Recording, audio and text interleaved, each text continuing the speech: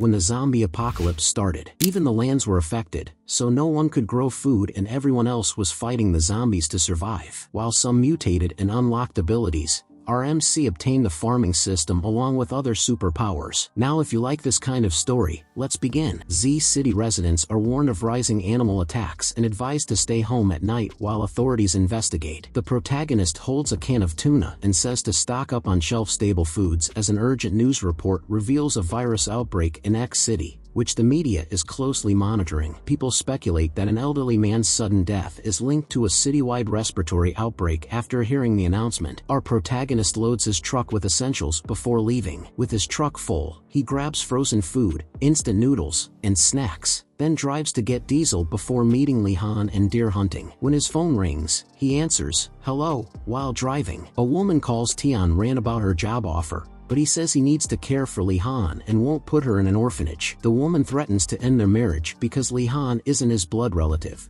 but Tian Ran insists she's like a sister and it's his duty. The girl says she won't look after Li-Han. Frustrated, the woman tells Tian Ran to forget marriage and break up, which he does. But while on the phone, something darts in front of his car, causing him to crash and splatter blood. Tian Ran jerks forward, clutching the steering wheel, slamming the brakes. Scared and sweating, he thinks he hit a dog but sees a goat. After being hit by a car, the goat stands up with a strange, eerie expression. Blood rushes past its eyes, blurring them. Tian Ran is shocked to see the sheep's brain smashed but alive. The sheep leaves silently, acting strangely. Tian Ran watches as the sheep disappears into the bushes, still confused. He turns back to the road, glad the sheep didn't die, to avoid calling the police. He drives home to his farm. His sister calls out from behind as he parks the jeep and unloads the rations, turning his head. Li-Han excitedly announces that Tian Ran is back as she runs toward him with 2 dogs. He tells her to slow down. Li-Han smiles at his haul and asks if she can help carry it. Tian Ran gives her a small package to carry, and she happily does. Li-Han, walking ahead of Tian Ran, says she's tired after doing all her chores and asks for his meat stew to feel better, cheering when he suggests venison stew with carrots. She stops talking when one of the dogs bites into a bush and pulls out a mouthful of grass. She lightly hits the dog on the head to punish it for biting the crops. The 2 of them and the 2 dogs head home. A grass-chewing bull watches Tian Ran pass by in its shed. Unfocused and blood red, its eyes are surrounded by flies. Later, as the stew pot simmers, Li-Han asks if she can watch the solar eclipse since it was announced on the radio. Li-Han praises Tian Ran's cooking and hunting while eating her pie. According to Tian Ran, the eclipse will only darken the sun, so she'll need special glasses to watch. Li-Han points at the window as the radio counts down to the eclipse from 10. Turning around, Tian Ran sees the sun darkening like a black shade and the sky dimming, shocking him into standing up. The radio countdown reaches 3. And the sun is completely covered by a black curtain. The light bulb goes out when the countdown hits 2, making it feel like night outside. Li-Han, scared, asks why there's a blackout and crosses her arms, shivering. Tian Ran tenses up, trying to figure out why the 2 dogs are barking madly. The radio goes haywire, emitting static and buzzing. Li-Han points and tells Tian Ran to look, turning him. Kicking open the door, Tian Ran runs outside and is confused by the summer snowflakes. Tian Ran rushes to tell Li-Han to go back inside while he manages the cattle, and she begs him to come back quickly, which he affirms. Xiao Hei, the black dog, walks beside Tian Ran as he digs his feet in and pushes forward in the blizzard. The sun appears to have become a hole surrounded by a swirling, dark phenomenon. Tian Ran groans as the sun suddenly shines, straining to open his eyes. As the snow falls harder, Tian Ran grits his teeth and struggles to stand. His eyes widen and his jaw drops as the sun appears to be a massive black hole. Xiao Hei growls softly in the eerie atmosphere. Tian Ran struggles to understand the sudden snowstorm and strange sun behavior. Seeing the bull charging Tian Ran from behind, Xiao Hei barks and snarls. When Xiao Hei leaps over him, Tian Ran is even more confused. As Xiao Hei lunges on top of the bull, Tian Ran swiftly dodges the sharp horns of the bull charging it. He slides 360 degrees on the slippery ground, observing the fierce battle between the dog and the bull, which seems to have grown large fangs. Without delay, Tian Ran sprints away, hoping to find his complex bow, and notices it lying on a chopped tree. The bull slams Xiao Hei onto the snowy ground, causing him to whimper. Cursing under his breath, Li Tianran draws his bow and pulls back an arrow, focusing on the bull. The bull turns to look at Li Tianran, noticing him before he can fire. Startled by the sight of the bull, Li Tianran panics and releases 4 arrows as the bull charges forward. The arrows pierce the bull's face, but it only lets out a growl like moo. Cheering at his hits, Li Tianran hopes the bull is dead, but it continues charging. Shocked, he realizes the bull isn't dead despite the arrows lodged in its head. Sensing something strange, Li Tianran raises his bow again to shoot more arrows. Reaching for more arrows, he discovers he's out and curses, only to be lifted off his feet as the bull charges into him. The impact sends him flying, and he crashes a few feet away, with Xiao Hei running to his side and barking madly. Coughing, Li Tianran notices the bull preparing to charge again, and Xiao Hei bites his thigh to grab his attention. As he turns to see what Xiao Hei is barking, he notices the dog is directing its attention toward their house. He then realizes that if the bull is mutated,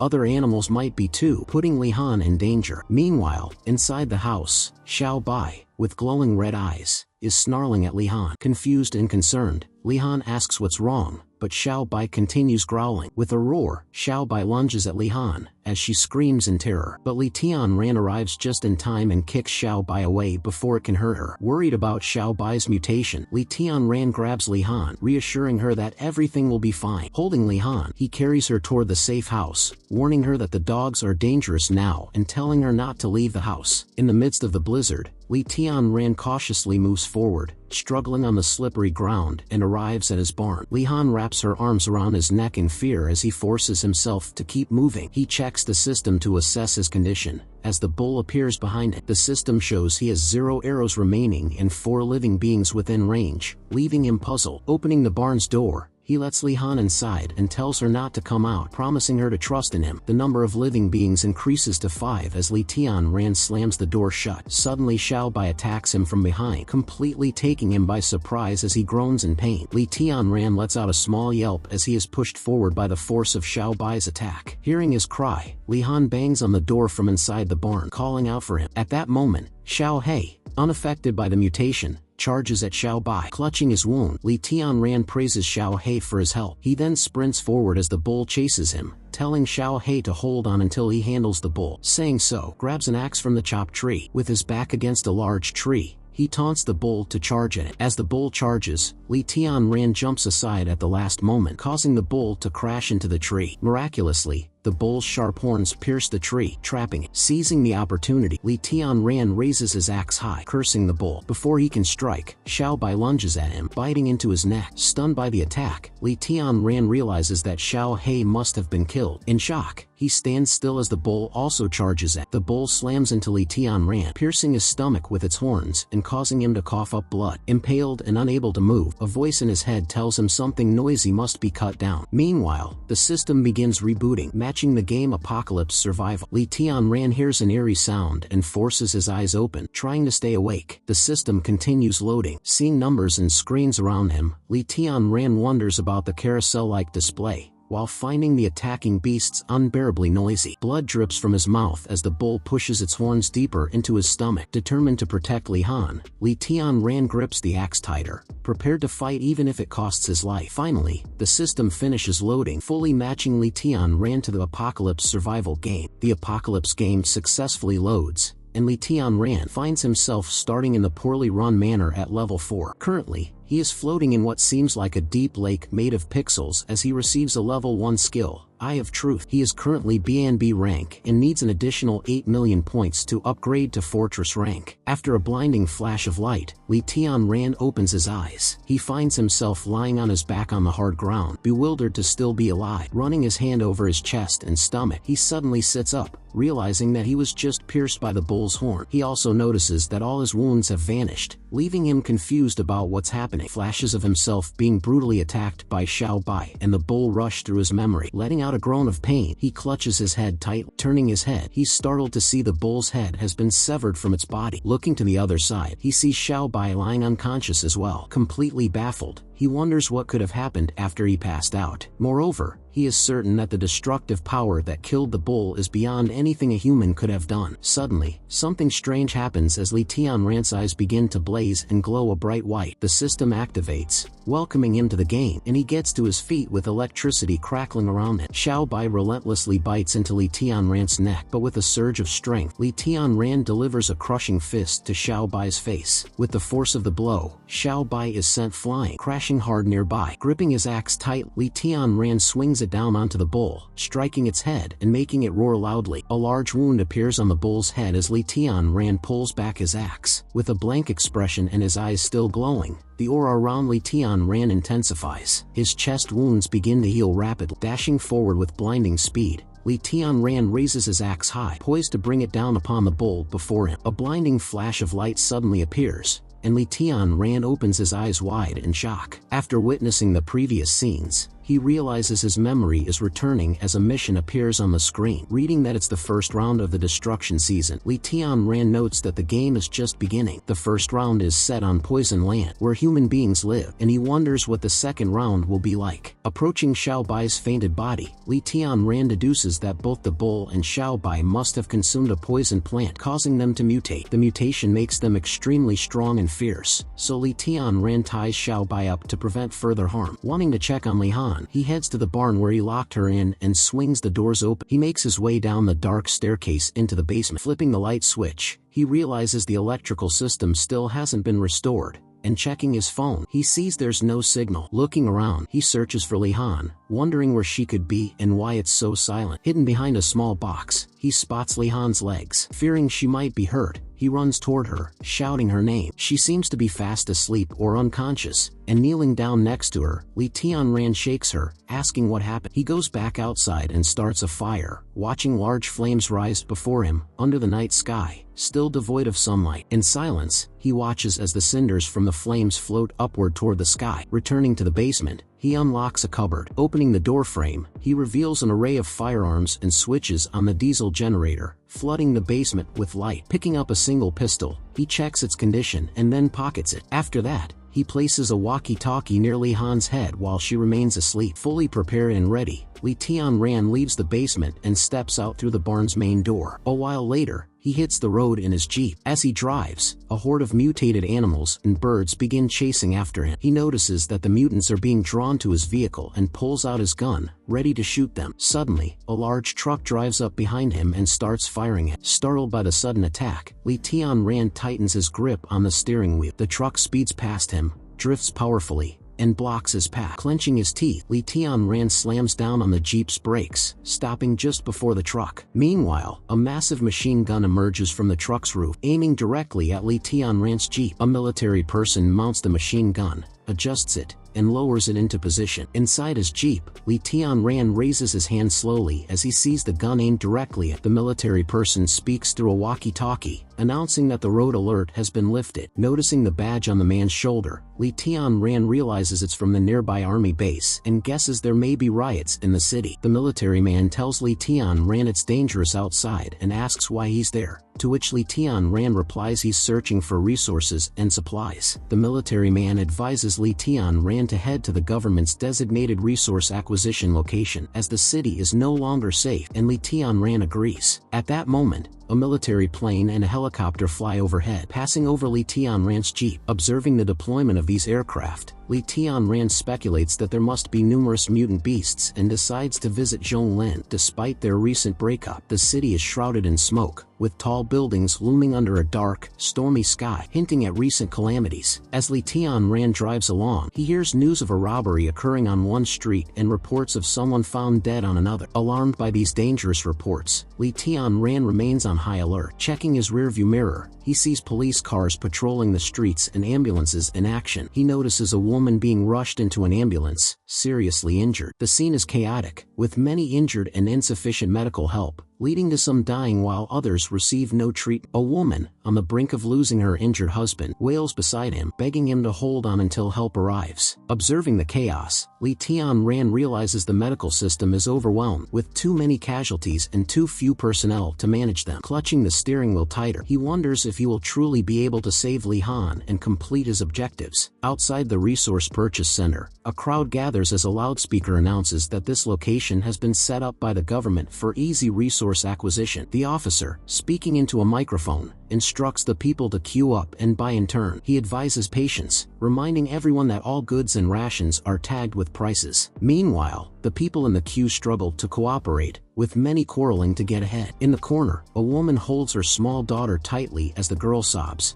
complaining of hunger. Li Tianran arrives at the scene in his jeep. The first thing he sees is two men fighting over goods, each claiming them for themselves. The crowd outside the Resource Purchase Center becomes increasingly restless, with their patience wearing thin. Li Tianran decides to leave and heads towards his ex's house just a block away. Suddenly, a van pulls out in front of his jeep. Startled, Li Tianran slams on the brakes. His jeep screeches to a halt, narrowly avoiding a collision. A fat man emerges from the van and walks toward Li Tianran, his expression cautious. Approaching the jeep's window, the man asks if Li Tianran is there to buy resources. The man displays a package of fruits and vegetables, offering them for sale. Li Tianran, suspicious, examines the goods carefully and then, with a smirk, says he will buy them if the man eats them in front of him. Taken aback, the fat man asks if Li Tianran doubts him. Looking offended, the fat man insists he was only trying to help and starts scolding Li Tianran, who, annoyed, tells him to clear the way. Frustrated,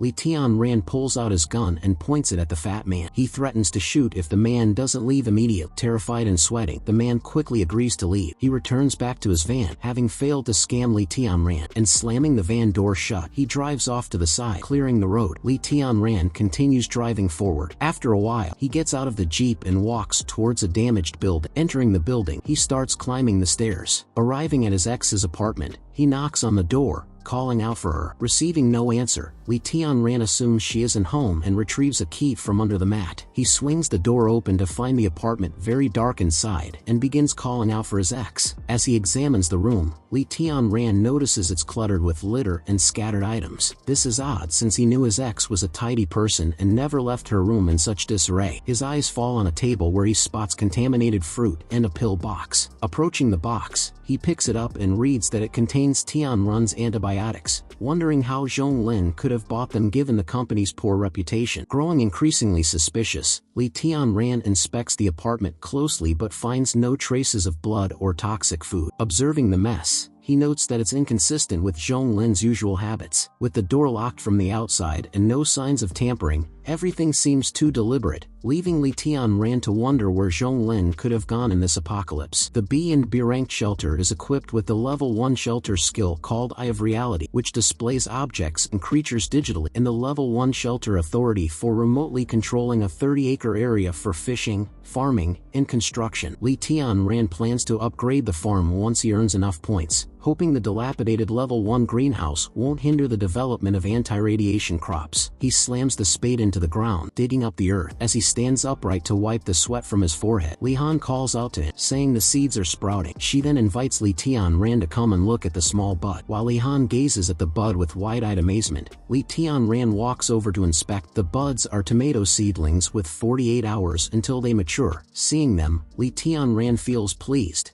as they are anti-radiation rank seeds. With such a short maturation period, Li Tianran is optimistic and hopes to earn more points, making survival easier for both him and Li Han. Li Han, relieved that the new seeds succeeded, praises Li Tianran for his skills, and he asks if she remembers the rules he set. Confidently, Li Han recites the rules. Never eat food not given by Li Tianran. Don't leave the farm without his permission. Run and hide if she encounters any strange animals, and keep an eye on Xiao He to prevent it from eating random things. After the anti-radiation crops mature, Li Tianran harvests them, selling 70% for points and preserving the rest in his inventory for food. The system asks if Li Tianran is sure he wants to recycle the 200 kilograms of anti-radiation crops, And he confirms. The system successfully recycles the crops and awards Li Tianran 2,000 points, after which he stores the remaining crops in his inventory. The system congratulates him for completing his first recycling and earning an achievement, rewarding him with 2 AI work robots. Surprised by the high reward,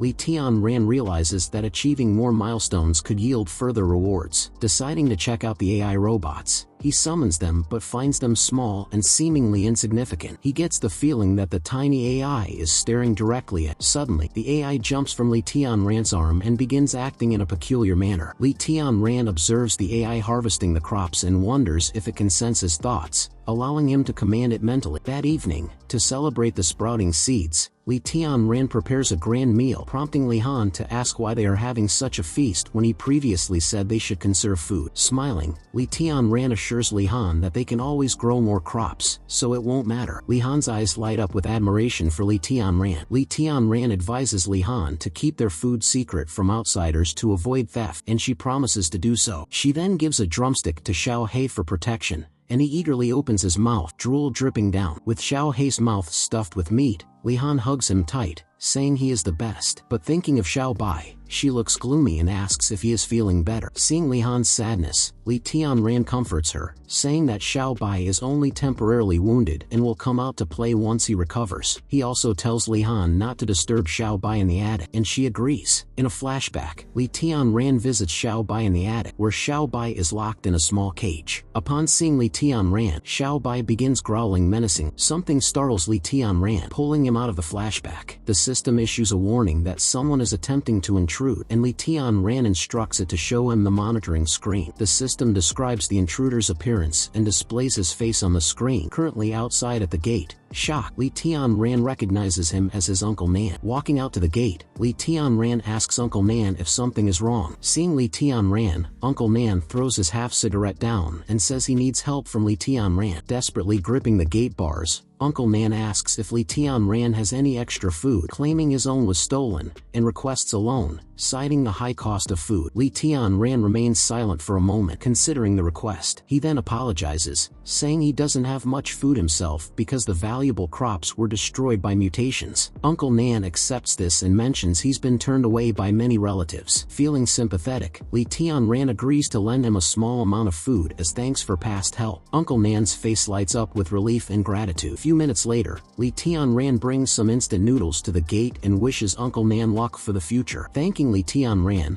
Uncle Nan takes the noodles and wishes that luck would be shared among them all. As Uncle Nan walks away, Li Tianran reflects that the food he gave will last his family only 3 to 5 days and plans to discreetly provide more food to Uncle Nan at night to avoid drawing attention. That night, as Li Tianran and Li Han head out in the jeep, Li Han asks where they're going, and Li Tianran explains they are delivering more food to Uncle Nan. Li Han recalls Uncle Nan as an enthusiastic older man and remembers that an older brother living with Nan used to give her candies. Soon, the jeep arrives at a small town. Li Tianran notes the eerie silence, with no animal sounds, and suspects that people have gotten rid of their pets. He parks the jeep outside Uncle Nan's house. He and Li Han get out, carrying the rations. Suddenly, a scream startles Li Tianran as a man's voice questions his son, Xiao Tian, about what he ate the day before. While the son begins coughing violently, the man, Uncle Nan, is seen desperately trying to comfort his son, who is coughing up blood. Uncle Nan sobs bitterly, holding his sick son and asking what has happened to him. Xiao Tian coughs harder, vomiting blood, prompting Uncle Nan to shout even louder. Watching from outside the window, Li Tianran wonders what has happened to Xiao Tian. Li Han asks if Xiao Tian will die due to the blood loss, and Li Tianran assures her it will be alright, telling her to stop looking. Li Tianran recognizes the symptoms as similar to those seen after consuming radioactive vegetables. An idea occurs to him: Xiao Tian could serve as a test subject, with his survival or death dependent on the situation. Meanwhile, Uncle Nan continues to weep, cursing the hospitals and doctors for their lack of resources. Xiao Tian starts crying as well, and Uncle Nan, distraught, wonders what he should do. Xiao Tian's eyes turn red as he coughs up more blood. Suddenly, a stone shatters a nearby window, causing Uncle Nan and Xiao Tian to look up in alarm. The stone lands with a small thud inside the room. Uncle Nan shouts for the person who threw the stone to reveal themselves,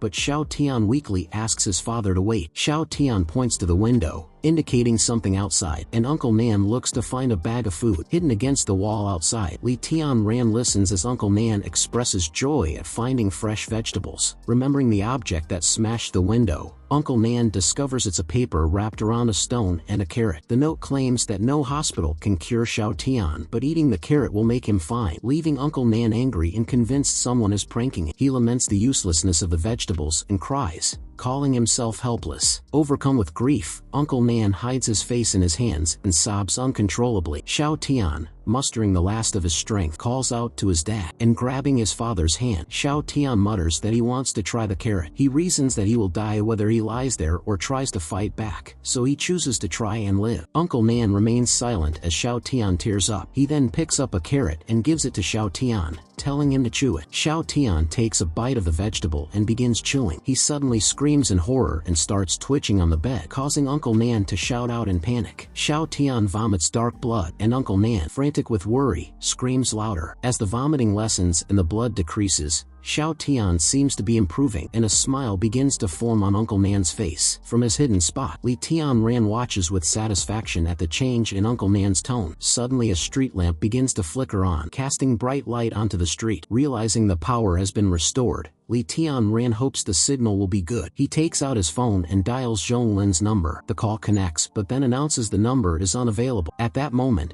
a phone rings inside someone's pocket somewhere else. The phone belongs to a person in the back of the vehicle who looks passed out, while the two men in the front find the ringing annoying. The man not driving retrieves the phone, notes it's from Zhong Lin, and exclaims that the signal is back, while the driver tells him to turn it off. With an evil grin, the non-driving man speculates about the food they'll get after delivering Zhong Lin, and the driver assures him they won't need to worry about food and drink for at least a month. The non-driving man asks what the buyers will do with these people, and the driver replies that it doesn't matter as long as they receive the money in return. On the way back to the farm, in the jeep, Li Han exclaims that Big Brother Xiao Tian is very powerful. Extending her arms to demonstrate, she remarks on the amount of blood Xiao Tian vomited and how he still recovered after eating the carrot. She notes that Xiao Tian's body changed from gray to blue quickly and, with an amazed look, exclaims how cool that is. For the rest of the journey back, Li Han continues to rave about Xiao Tian's abilities and expresses her desire to become similarly strong. Suddenly, something jumps onto the jeep's rooftop. A loud thud shakes the jeep, causing Li Han to yelp in surprise while Li Tianran looks up, puzzled by the noise. A large, black hand with long, sharp nails appears, revealing a dark creature with large,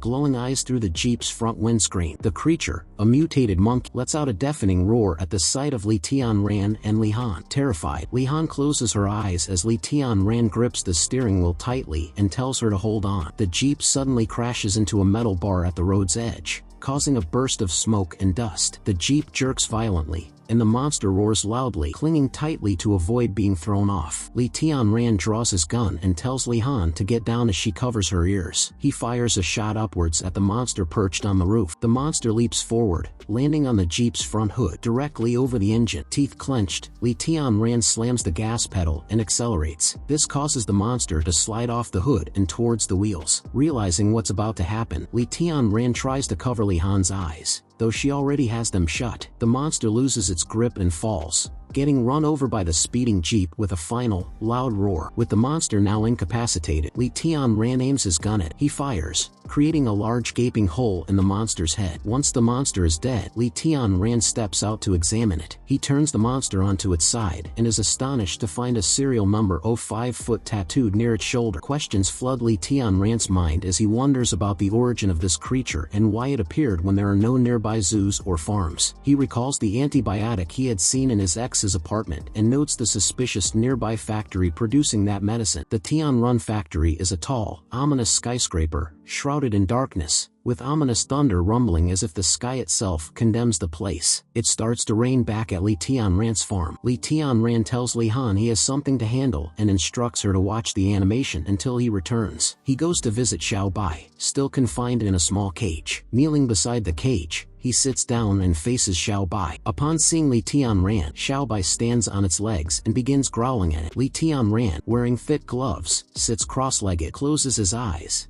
and takes a deep breath. The system appears and asks if Li Tianran wants to use all the medicinal carrots, and Li Tianran presses yes. He forces a carrot into Xiao Bai's mouth, explaining that the carrot can remove toxins from irradiated vegetables, hoping it will cure Xiao Bai. After forcing the entire carrot into Xiao Bai's mouth, Li Tianran holds it shut. He prays silently that the cure will work and then releases Xiao Bai. To his shock, Xiao Bai opens its massive mouth and snarls, lunging at Li Tianran. As a loud and powerful thunder roars across the sky, Li Han gives a concerned look. Frightened by the thunderstorm, she wonders why Li Tianran isn't back yet. Feeling anxious, she decides to find Li Tianran herself. She goes to the basement where Li Tianran is and quietly opens the door, creeping towards him. When she's close, she jerks Li Tianran from behind, attempting to scare him. Instead of being scared, Li Tianran looks concerned and turns around, while Li Han laughs and asks if he was frightened. Suddenly, Li Han notices something and her expression changes to one of horror. She sees the lifeless body of her beloved dog, Xiao Bai, lying on the floor, covered in blood. Overcome by shock, Li Han nearly faints as Li Tianran rushes to catch her. Worried,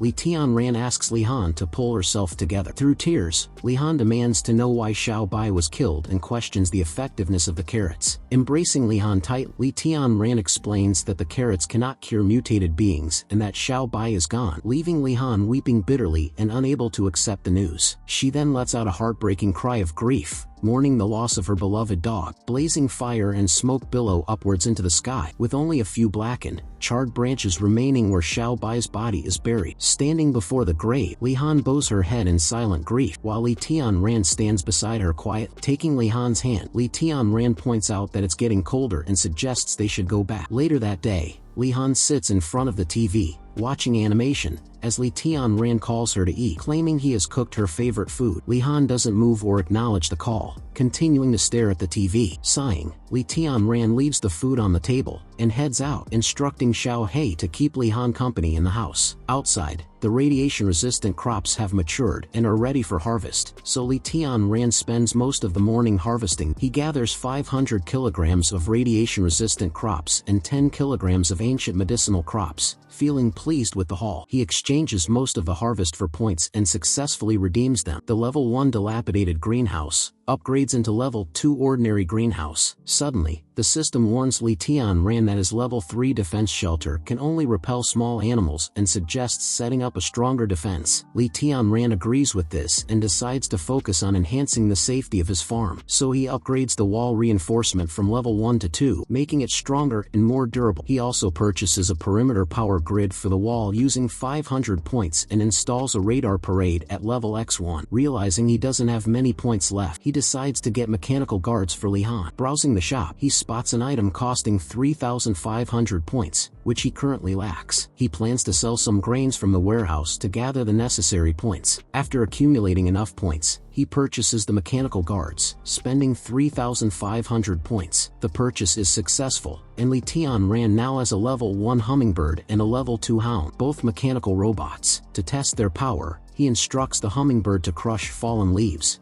and the bird swooshes through the air, efficiently cutting. Impressed by the hummingbird's precision, Li Tianran feels relieved to have an air patrol sniper. Next, he tests the hound's strength by instructing it to crush a large boulder. The hound opens its mouth wide and charges up an energy attack. A second later, it fires a powerful laser from its mouth, striking the boulder and breaking it into chunks. Li Tianran is again impressed by the hound's offensive abilities and feels much more relieved now. Later, he returns to the house and calls out to Li Han, who is still engrossed in front of the TV. The hound approaches Li Han and starts sniffing her. Li Han turns around to see the hound better. Li Tianran tells her that the hound will now follow and protect her. He suggests giving the hound a name and asks if Xiao Bai would be suitable. With teary eyes, Li Han agrees to the name suggestion. Meanwhile, at Tianrun, someone reports that the out-of-control samples have been cleaned up. The reporter informs the man in the suit that only the data for number 7 are steadily rising and can now penetrate 5mm steel plates,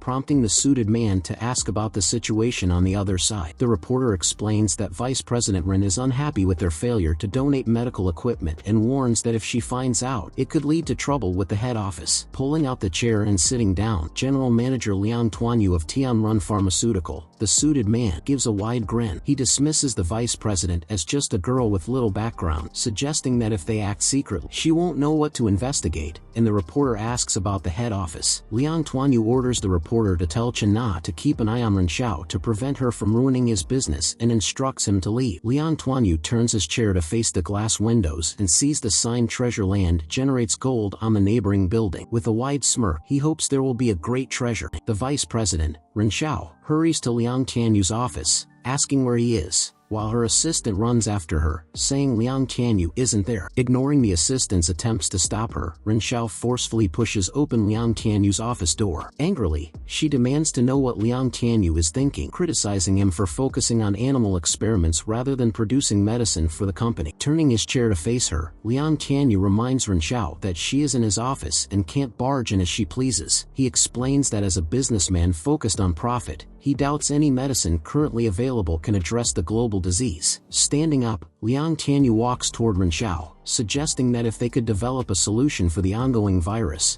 it would be highly rewarding, even for her as a shareholder. Forcing a smile, Ren Xiao asks if there has been any progress in his research and says she will visit the lab to check. Liang Tianyu hastily claims he was just joking and that his team hasn't developed a cure yet, asking if she could invest more manpower to speed up the process. Ren Xiao insists on visiting the lab to verify the progress before deciding on cooperation, and Liang Tianyu agrees, offering to arrange an escort for her. Outside, in the corridor, a man tells Ren Xiao that her time in Liang Tianyu's office was too brief for a thorough scan, revealing that the secret lab's entrance is likely not in Liang Tianyu's office. Ren Xiao asks if the man obtained any statement from the captured scientist. The man reveals that the scientist provided no useful information but has the key card to the lab, which he gives to Ren Xiao. Holding the key card, Ren Xiao examines it closely, pondering the lab's entrance location. Later, the escort, 2Z, takes Ren Xiao to the experimental lab, where Ren Xiao expresses a desire to check on the experimental subjects first. 2Z complies, showing her the animals in large tubes and explaining the processes and results so far. Suddenly, a man rushes in, sounding alarm, and whispers urgently into 2Z's ear, causing 2Z to look shocked. Observing the two men's anxious exchange, Ren Xiao starts grinning. 2Z nervously informs Ren Xiao of an emergency that requires him to leave, and Ren Xiao, smiling,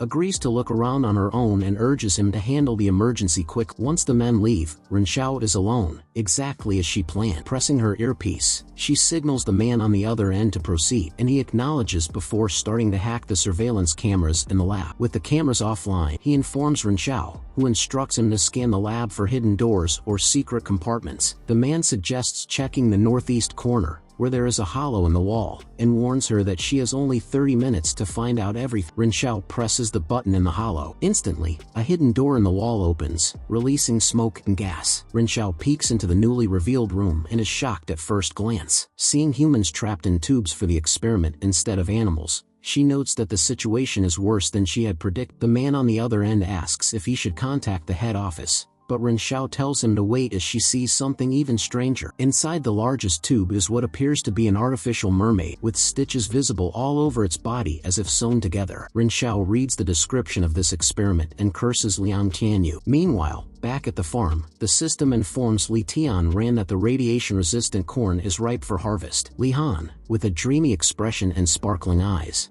goes to help Li Tianran harvest. Holding up a corn cob, she expresses her desire to grill it later. Smiling, Li Tianran asks if she's already hungry, to which Li Han confirms she is. Li Tianran tells her to gather some dry wood so they can grill the corn with butter, and Li Han excitedly agrees, jumping up happily. Later, as Li Han and Li Tianran are busy grilling and eating the corn, Li Han wonders if she'll become as fat as a pig from all the eating. Li Tianran explains that the special crop enhances physical fitness and assures her that, as she is still growing, she won't gain much weight. Li Han continues eating while Li Tianran scans her stats, noting significant physical improvements and hoping she won't turn into a King Kong Barbie. But he shakes his head, realizing he is overthinking. Munching at the corn as she gnaws on it, Li Han exclaims it's so good, and Li Tianran offers to grill her another spicy one. At that moment, the system informs Li Tianran of a visitor, making him wonder who could be visiting at this time. The visitor turns out to be Xiao Tian, carrying the food Li Tianran had given him earlier. Walking towards the gate, Li Tianran questions Xiao Tian about his unexpected visit. Upon seeing Li Tianran, Xiao Tian smiles warmly, mentioning that he's brought something in return to thank him for the help the other day. With a short laugh, Li Tianran tells him it's no big deal, as Xiao Tian eagerly extends a food package toward him. Taking the package, Li Tianran Tian Ran curiously asks Xiao Tian where he got all this food from. Brushing his hair nervously, Xiao Tian claims he found the food in his yard,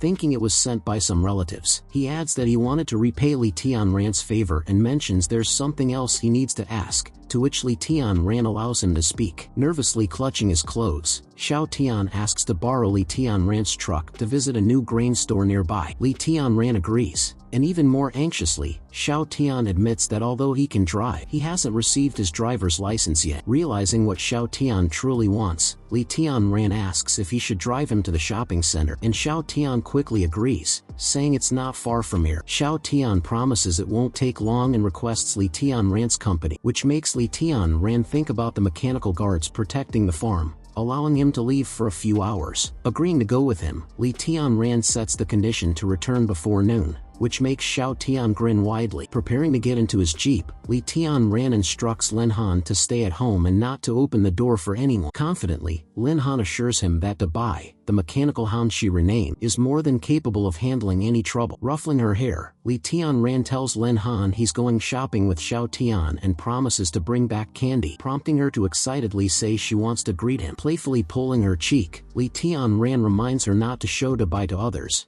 and Lin Han protests, insisting that at 6 years old, she's no longer a child. Indulging her request, Li Tian Ran drives the jeep outside the gate, where Xiao Tian is already waiting. Looking out of the front window, Lin Han happily calls out to Xiao Tian, expressing joy at seeing him in good health. Pulling Lin Han's head back into the car, Li Tian Ran instructs her to let Xiao Tian, who looks slightly surprised, get inside first. As the two drive off, Lin Han, standing by the gate with crossed arms, calls Li Tian Ran stinky for not letting her properly greet Xiao Tian. Deciding to entertain herself, Lin Han heads back inside to watch cartoons. Meanwhile, Li Tian Ran and Xiao Tian continue their journey to the shopping center. Reflecting on Lin Han's behavior, Li Tian Ran admits that she does have a tendency to speak without thinking. After a brief silence, Xiao Tian nervously asks if it's safe to leave Lin Han alone at home, given how chaotic the world has become. He then inquires if Li Tian Ran has left any self-defense tools for her, but Li Tian Ran notes that even if she had weapons,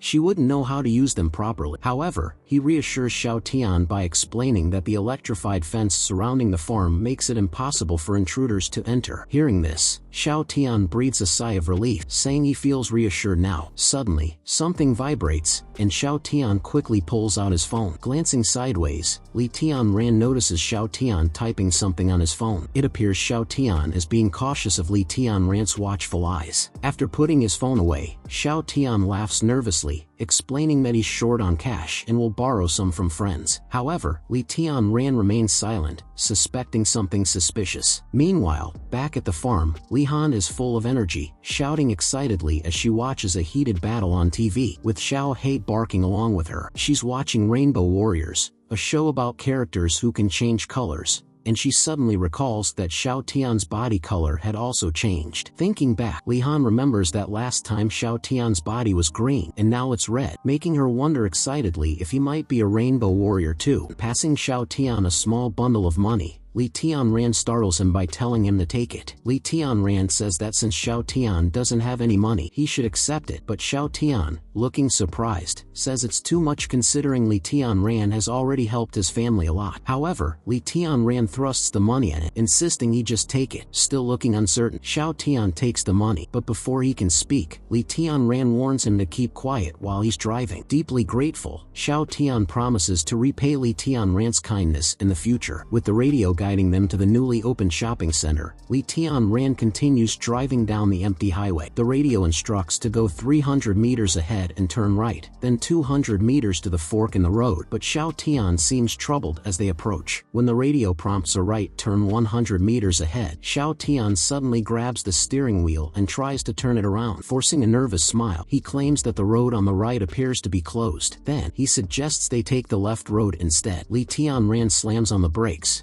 bringing the jeep to a sudden screeching halt. Slamming his hand on the seat in anger, Li Tian Ran insists the road isn't closed, claiming he's traveled it before and demanding to know how Xiao Tian knows, to which Xiao Tian nervously replies that a friend told him. With a serious tone, Li Tianran asks which friend, then orders Xiao Tian to call and verify. Trembling, Xiao Tian pleads with Li Tianran to stop asking questions and turn around before it's too late. Now shaking all over, Xiao Tian begs Li Tianran to trust him just this once. Confused by the situation, Li Tianran is baffled but listens to Xiao Tian's request and turns the jeep left. Meanwhile, somewhere else, a tracking device shows Li Tianran's jeep diverting, prompting someone to curse in rage and slam his fist into the screen. A man in glasses, gritting his teeth, snarls that something has gone wrong. The driver asks how Xiao Tian could betray them, while another man, sitting in the back, asks the one called Nan what they should do next. Pressing his earpiece, Nan calmly says he was prepared for this and speaks into it. He informs others that the target is heading their way and orders them to block their escape and cut them off. Driving faster, Li Tianran demands to know what's going on. Gripping his head, Xiao Tian breaks down into tears, apologizing repeatedly for betraying him. Tears stream down his face as he admits that his father was captured,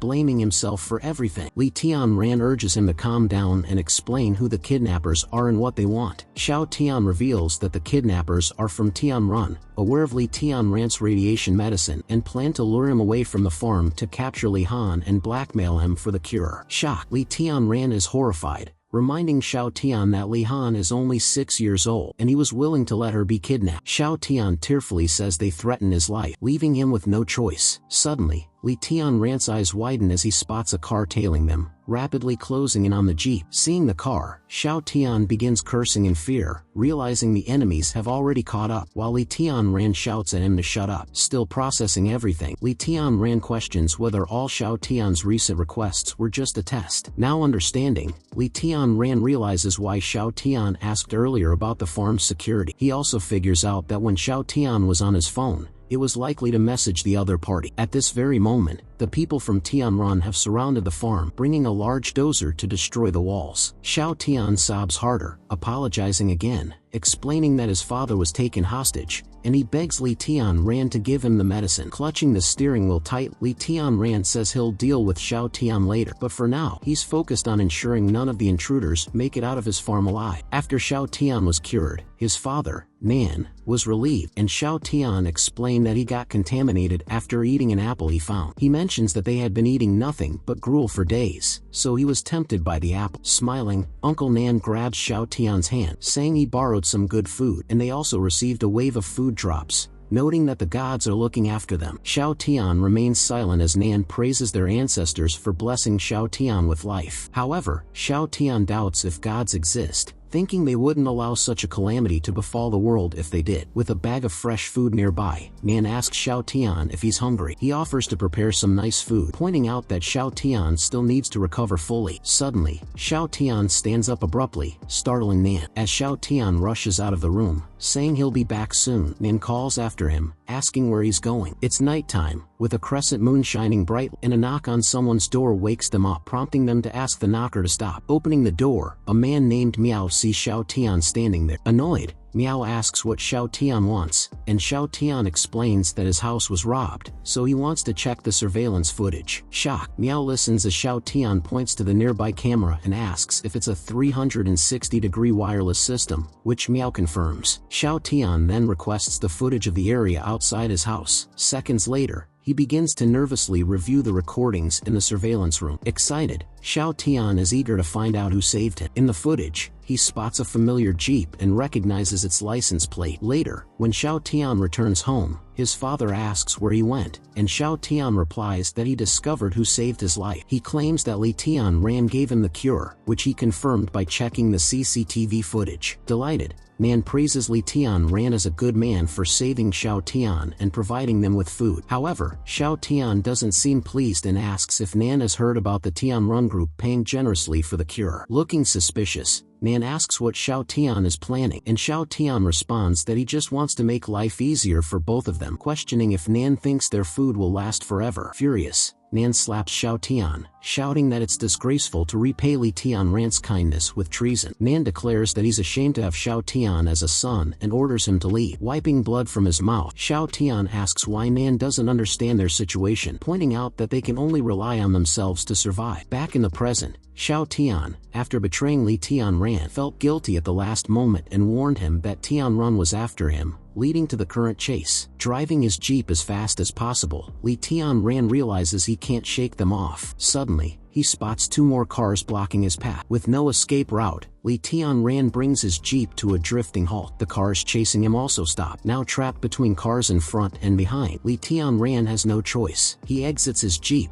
dragging Xiao Tian out by the neck with his arm. A man exits one of the cars and introduces himself as Chen Nan from the Tianran company, explaining that they know Li Tianran has the cure for the virus outbreak and they only want to take it. Grinning, Li Tianran asks what happens if he refuses. Chen Nan offers 2 choices. The first is to cooperate and make lots of money. As for the second option, Chen Nan withdraws a small knife, saying they'll take the cure by force. Li Tianran responds that he found the cure by luck, but there was only one, and he used it on Xiao Tian, so they chased him for nothing. Chen Nan scoffs, accusing Li Tianran of refusing to cooperate even at death's door. He then instructs his men, who infiltrated the farm, to capture Li Han and feed her poisonous fruits. Smirking, Chen Nan claims his men are protected against the farm's electrified fence and tells Li Tianran to reconsider, but suddenly stops, looking shocked. Flames seem to dance around Li Tianran, startling everyone. With a stern expression, Li Tianran declares that he hates being threatened, terrifying Chen Nan with the look in his eyes. Li Tianran warns them that they're lucky they didn't go to the farm, where they'd have faced instant death. Intimidated,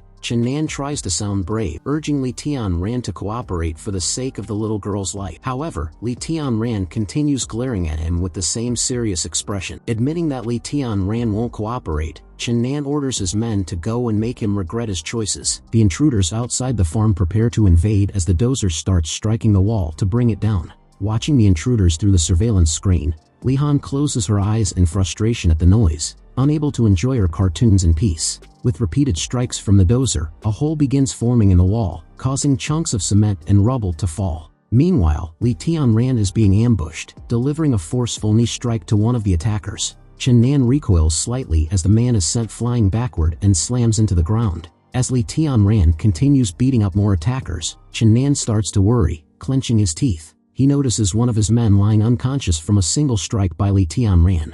Chen Nan had only wanted to lure Li Tianran out, knowing that the anti-personnel weapons were only found on the farm. At this moment, one of the men is sent to scout the farm, scanning it from afar with binoculars from a cliff. He sees the barriers being blown apart and assumes there must be some powerful explosive devices inside the farm, so he instructs the others to lure out the girl and capture her. Back in the forest, Li Tianran continues overpowering the attackers, and Chen Nan is stunned by his strength. Grinning, Li Tianran admits he didn't expect the physical enhancement effects of the radiation-resistant crops to be so powerful, as his physical stats, including speed, have significantly increased after just a few days of eating them. As he punches a thug, he realizes his bone density has improved, and his reflexes have sharpened. He recalls that in ancient times, people entered the Dao through the sword, and he decides to enter the Dao using his fists. Suddenly Chen Nan swings his dagger at Li Tianran, but he swiftly dodges it. Smiling, Li Tianran remarks that he's gradually making his way into the Dao. Taking a few steps back to create some distance, he decides he's tested his physical limits enough and pulls out a gun, aiming it ahead. Seeing the gun, Chen Nan realizes he made a mistake by not bringing any guns himself. Despite his concern, Chen Nan tries to act fearless, warning Li Tianran that if he kills him, there will be severe consequences. Still pointing the gun at Chen Nan, Li Tianran admits that he's right, but he also points out that the others are of no use, then shoots the remaining man beside Chen Nan. As a bullet hits his shoulder, Chen Nan leaps aside and falls face first to the ground. He starts cursing as he looks up, seeing his men being shot one by one. Clutching his shoulder wound, he gets up and runs towards the woods, hoping to hide until Li Tianran runs out of bullets. Seeing Chen Nan trying to flee, Li Tianran fires after him. With bullets whizzing past, Chen Nan quickly hides behind a large boulder. After a while, Li Tianran stops firing, and Chen Nan assumes he's out of bullets, feeling relieved. Now grinning, thinking he can attack Li Tianran, Chen Nan is unaware that Li Tianran is already standing on the boulder, watching him from behind. Opening the system, Li Tianran goes through his inventory. He retrieves another gun, and just then, Chen Nan turns around and is shocked to see him. Seeing the different gun in Li Tianran's hands, Chen Nan shouts, asking how he got it. Meanwhile, back at the farm, the last remaining intruder is sent flying backward from a powerful blow to the head, landing among the bodies of his fallen companions. At that moment, the system informs Li Tianran that Li Han managed to destroy all of the intruders. However, Li Han worries that Li Tianran will think she's a violent child if he finds out what she did to the intruders. Not wanting that, she decides to clean up the area outside the wall before Li Tianran returns. With his face beaten up, a missing tooth, and covered in blood, Chen Nan admits he made a mistake threatening Li Tianran and begs him to stop tormenting him. As Li Tianran raises his fist to strike again, Chen Nan groans that he has told everything and pleads for mercy. With a murderous look in his eyes, Li Tianran stares down at Chen Nan, saying sparing him is impossible, but he can offer him a painless death. Chen Nan promises to answer any questions asked of him. Li Tianran asks who his boss is, and Chen Nan reveals it's Liang Qianyu, the CEO of Tianrun. Li Tianran then asks if anyone else is involved. Chen Nan explains that Liang Qianyu is solely responsible, and even the high-ranking executives are unaware of the plan, as Liang Qianyu wants to impress the headquarters. Hearing the word headquarters, Li Tianran realizes that Tianrun is just a subsidiary of a larger group. Seeing Chen Nan about to pass out, Li Tianran punches him awake and asks if Liang Qianyu has reported the cure to the headquarters. Groaning, Chen Nan says Liang Qianyu didn't report it since another vice president has connections at the headquarters, which might ruin his plans. After getting all his answers, Li Tianran tells Chen Nan to take him to meet Liang Qianyu. When the phone rings, Liang Qianyu answers and asks if the mission is complete, to which Chen Nan replies that the target is under control but insists on meeting Liang Qianyu before revealing anything. Liang Qianyu berates Chen Nan for failing to handle a single person but agrees to meet at warehouse number 78. Before Liang Qianyu can say more, the call disconnects, enraging him, and he throws the phone in frustration. Deciding to replace Chen Nan once he's at the headquarters, Liang Qianyu gets up and leaves his office. Chen Nan appears to have been tied up and forced to relay all the information he just gave over the phone. Li Tianran is driving the vehicle, with Chen Nan tied to the seat next to him, and Xiao Tian sitting in the back seat, thanking Li Tianran for sparing him. Li Tianran clarifies that he's doing this for Uncle Nan and tells Xiao Tian not to get sentimental, prompting Xiao Tian to apologize. A while later, Xiao Tian arrives at the warehouse where Liang Qianyu is already waiting with his henchmen. Seeing Xiao Tian alone with the captive, Liang Qianyu asks where Chen Nan and the messenger are, while Uncle Nan, with his mouth sealed and hands tied, groans upon seeing his son. Holding the badly beaten and bandaged Chen Nan, Xiao Tian claims the messenger was knocked out, and Chen Nan had to go to the restroom due to stomach pain. Liang Qianyu laughs at the captive, whom he believes is Li Tianran, mocking his condition and telling him to speak if he wants Uncle Nan freed. Uncle Nan starts tearing up, silently wishing the person he thinks is Li Tianran not to say anything. Seeing Uncle Nan groaning and twitching, Liang Qianyu gets angry and warns him to stop barking, and then he kicks Uncle Nan, sending him crashing to the ground. Watching his father get kicked, a surge of anger rises inside Xiao Tian. Two other men begin beating Uncle Nan while Liang Qianyu orders Xiao Tian to bring the captive forward. At that moment, a nearby window shatters, and a kick lands right on Liang Qianyu's face. Jumping in and taking Liang Qianyu by surprise, Li Tianran's kick sends him flying backward. The two henchmen look bewildered at the sudden appearance of Li Tianran. With Liang Qianyu on the ground, Li Tianran places his foot on his back and, pointing his gun at him, says the wall wasn't easy to climb. The two henchmen move forward to help their boss, but Li Tianran warns them to stay back, threatening to shoot Liang Qianyu. Turning his head to face Li Tianran, Liang Qianyu, puzzled, asks where Chen Nan is and if he betrayed him. Still pointing his gun at Liang Qianyu, Li Tianran mocks him, questioning how someone like Liang Qianyu became the head of Tianrun and revealing that Chen Nan is right there. Looking over at the bandaged, beaten man supported by Xiao Tian, Liang Qianyu finally realizes it's Chen Nan. Now a bit scared, Liang Qianyu warns that if Li Tianran kills him, Uncle Nan will die. Grinning, Li Tianran replies that he doesn't care and says killing Liang Qianyu would be more efficient. Xiao Tian pleads with Li Tianran not to endanger his father's life. Liang Qianyu's henchmen ask for his orders, and he commands them to kill Uncle Nan. Acting quickly, Li Tianran shoots the two henchmen in the blink of an eye. As the two men fall dead, Xiao Tian rushes to his father, calling out for him.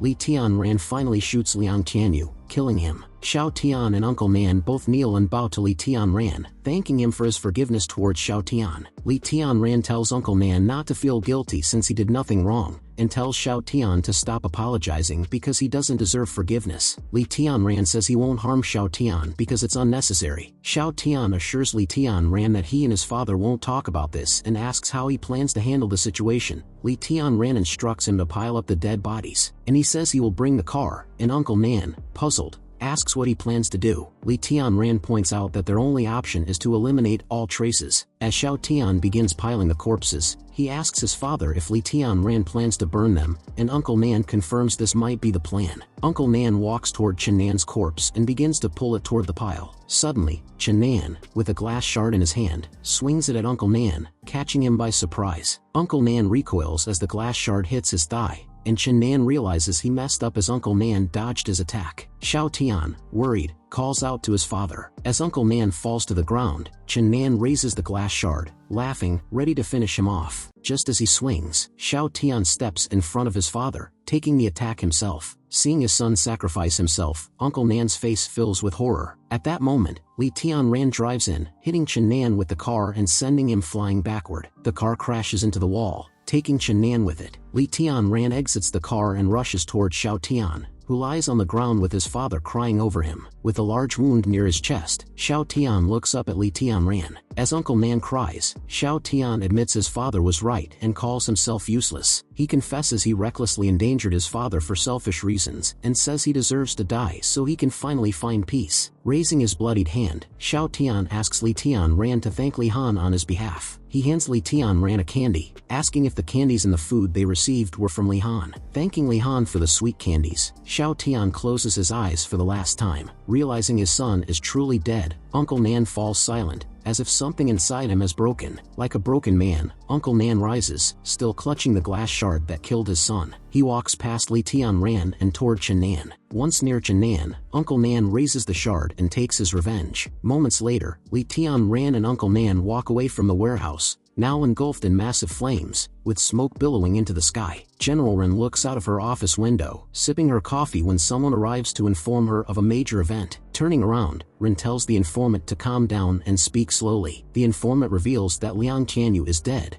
and Ren's hand trembles, spilling some coffee. She goes to the lab where Liang Qianyu's body is stored and asks the doctors if his identity has been confirmed, and they affirm it with DNA tests. The doctor explains that the two confirmed bodies are Liang Qianyu and Chen Nan, but the others didn't match any known identities. Ren says it doesn't matter and asks whether it was murder or an accident. The doctor replies it was murder, as they found bullet fragments in the bodies. Lifting the cloth covering one corpse, Ren sees it burnt to charcoal, and the doctor adds that some bodies showed signs of torture. Horrified by the scene, Ren suspects someone ruthless is behind this, but isn't sure if they specifically targeted Liang Qianyu. Covering the corpse, Ren wonders if the culprit was targeting Tianrun Corporation. If it was only Liang Qianyu, it's manageable, but if it's the company, they are now her enemies as well.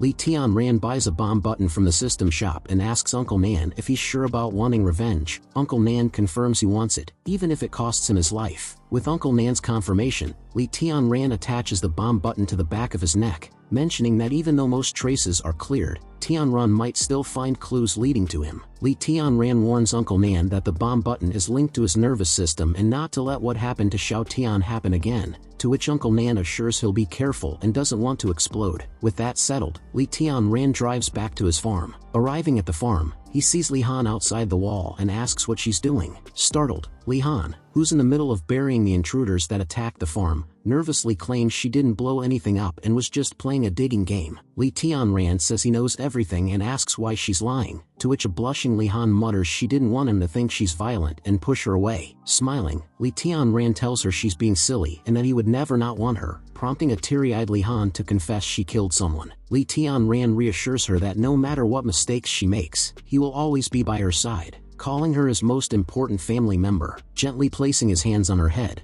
Li Tianran says he's glad she was able to protect herself and encourages her to always be herself. Moreover, he also praises Li Han's actions in dealing with the intruders on her own. Li Han declares that anyone who dares bully Li Tianran will face her wrath, prompting Uncle Nan to admit the world is changing and that he should adapt as well. Li Han claims that she saw red on the intruders, so she blew them up, as they even dared to shovel down the gate, adding that she hates that color. Surprised, Li Tianran asks if she can see colors on other people too, and Li Han confirms, saying Li Tianran has a relaxing blue color and Xiao He has a green color. She also mentions that brother Xiao Tian had red when she last saw him, and Grandpa Nan is gray with some green. Now even more puzzled, Li Tianran asks if she can only see colors or if she also sees numbers or words, wondering if she might be a player like him. Li Han says there are no numbers or letters, and when Li Tianran asks when she started seeing colors, she replies it began a week ago. Realizing this ability started when the destruction season began, Li Tianran concludes Li Han isn't a player, as she hasn't seen the system, and wonders if this is an evolution caused by eating radiation-resistant vegetables. Noticing Li Tianran's strange expression,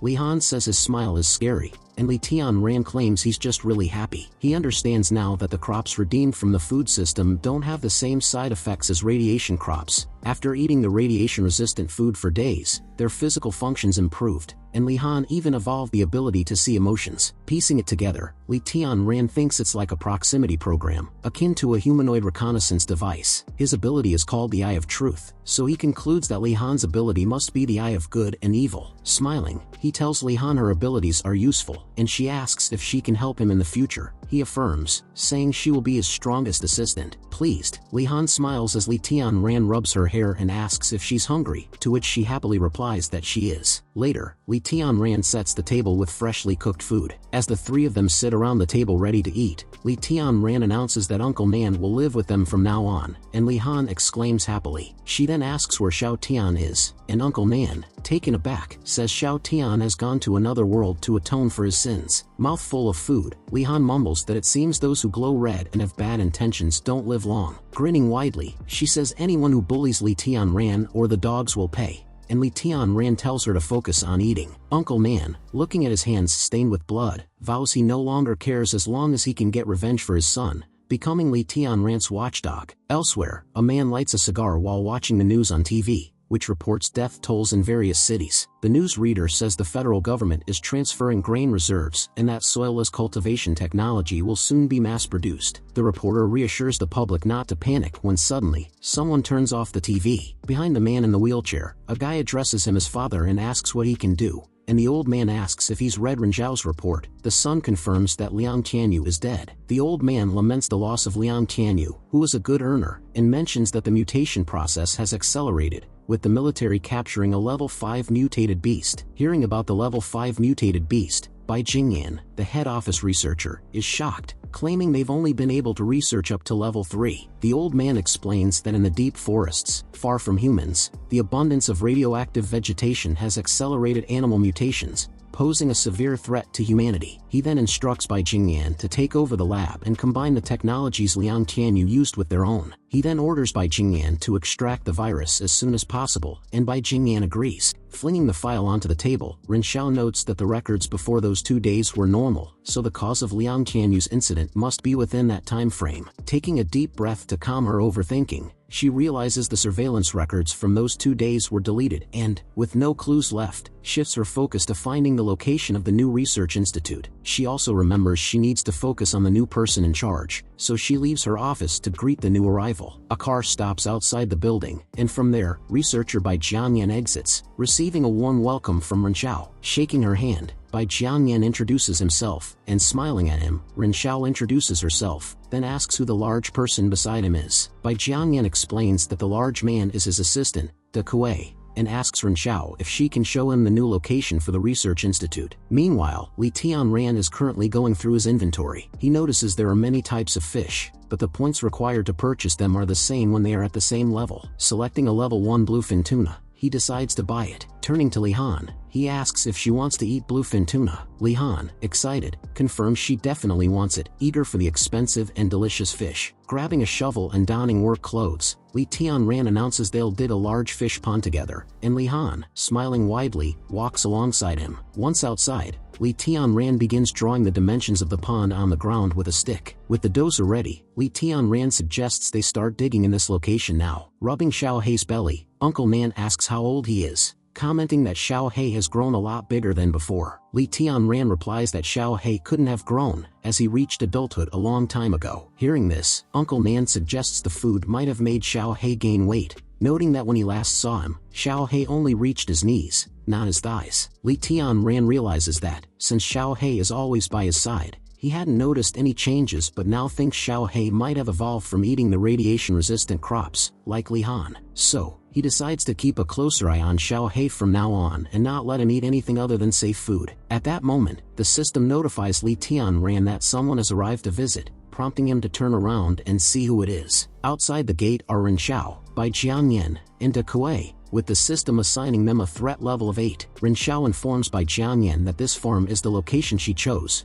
claiming it's better equipped with security, and Bai Jianyan agrees, saying the farm's size is perfect and he is satisfied. Smiling slightly, Ren Xiao says she's glad Bai Jianyan liked this place, but points out they've been at the gate for a while and no one has arrived yet. Bai Jianyan tells the giant man, De Kuei, to keep knocking. At that moment, Li Tianran walks toward the gate and asks the three what they want. Seeing Li Tianran, Bai Jianyan asks if he's the owner and requests him to open the gate so they can talk face to face. However, Li Tianran refuses to let them in and tells them to speak from outside, and Bai Jianyan says he understands Li Tianran's caution, while Ren Xiao thinks Li Tianran has an attitude. Clearing her throat, she introduces herself as the general manager of Tianran Company, pulls out her card, and shows it to Li Tianran, saying she wants to buy the farm. Li Tianran becomes cautious, realizing Tianran has already found his farm, as Ren Xiao continues, saying Li Tianran can name his own price for the farm and any other requests will be fulfilled. But Li Tianran firmly declares he's not interested, startling Ren Xiao. Ren Xiao asks Li Tianran if he doesn't want to hear the price, suggesting he might change his mind,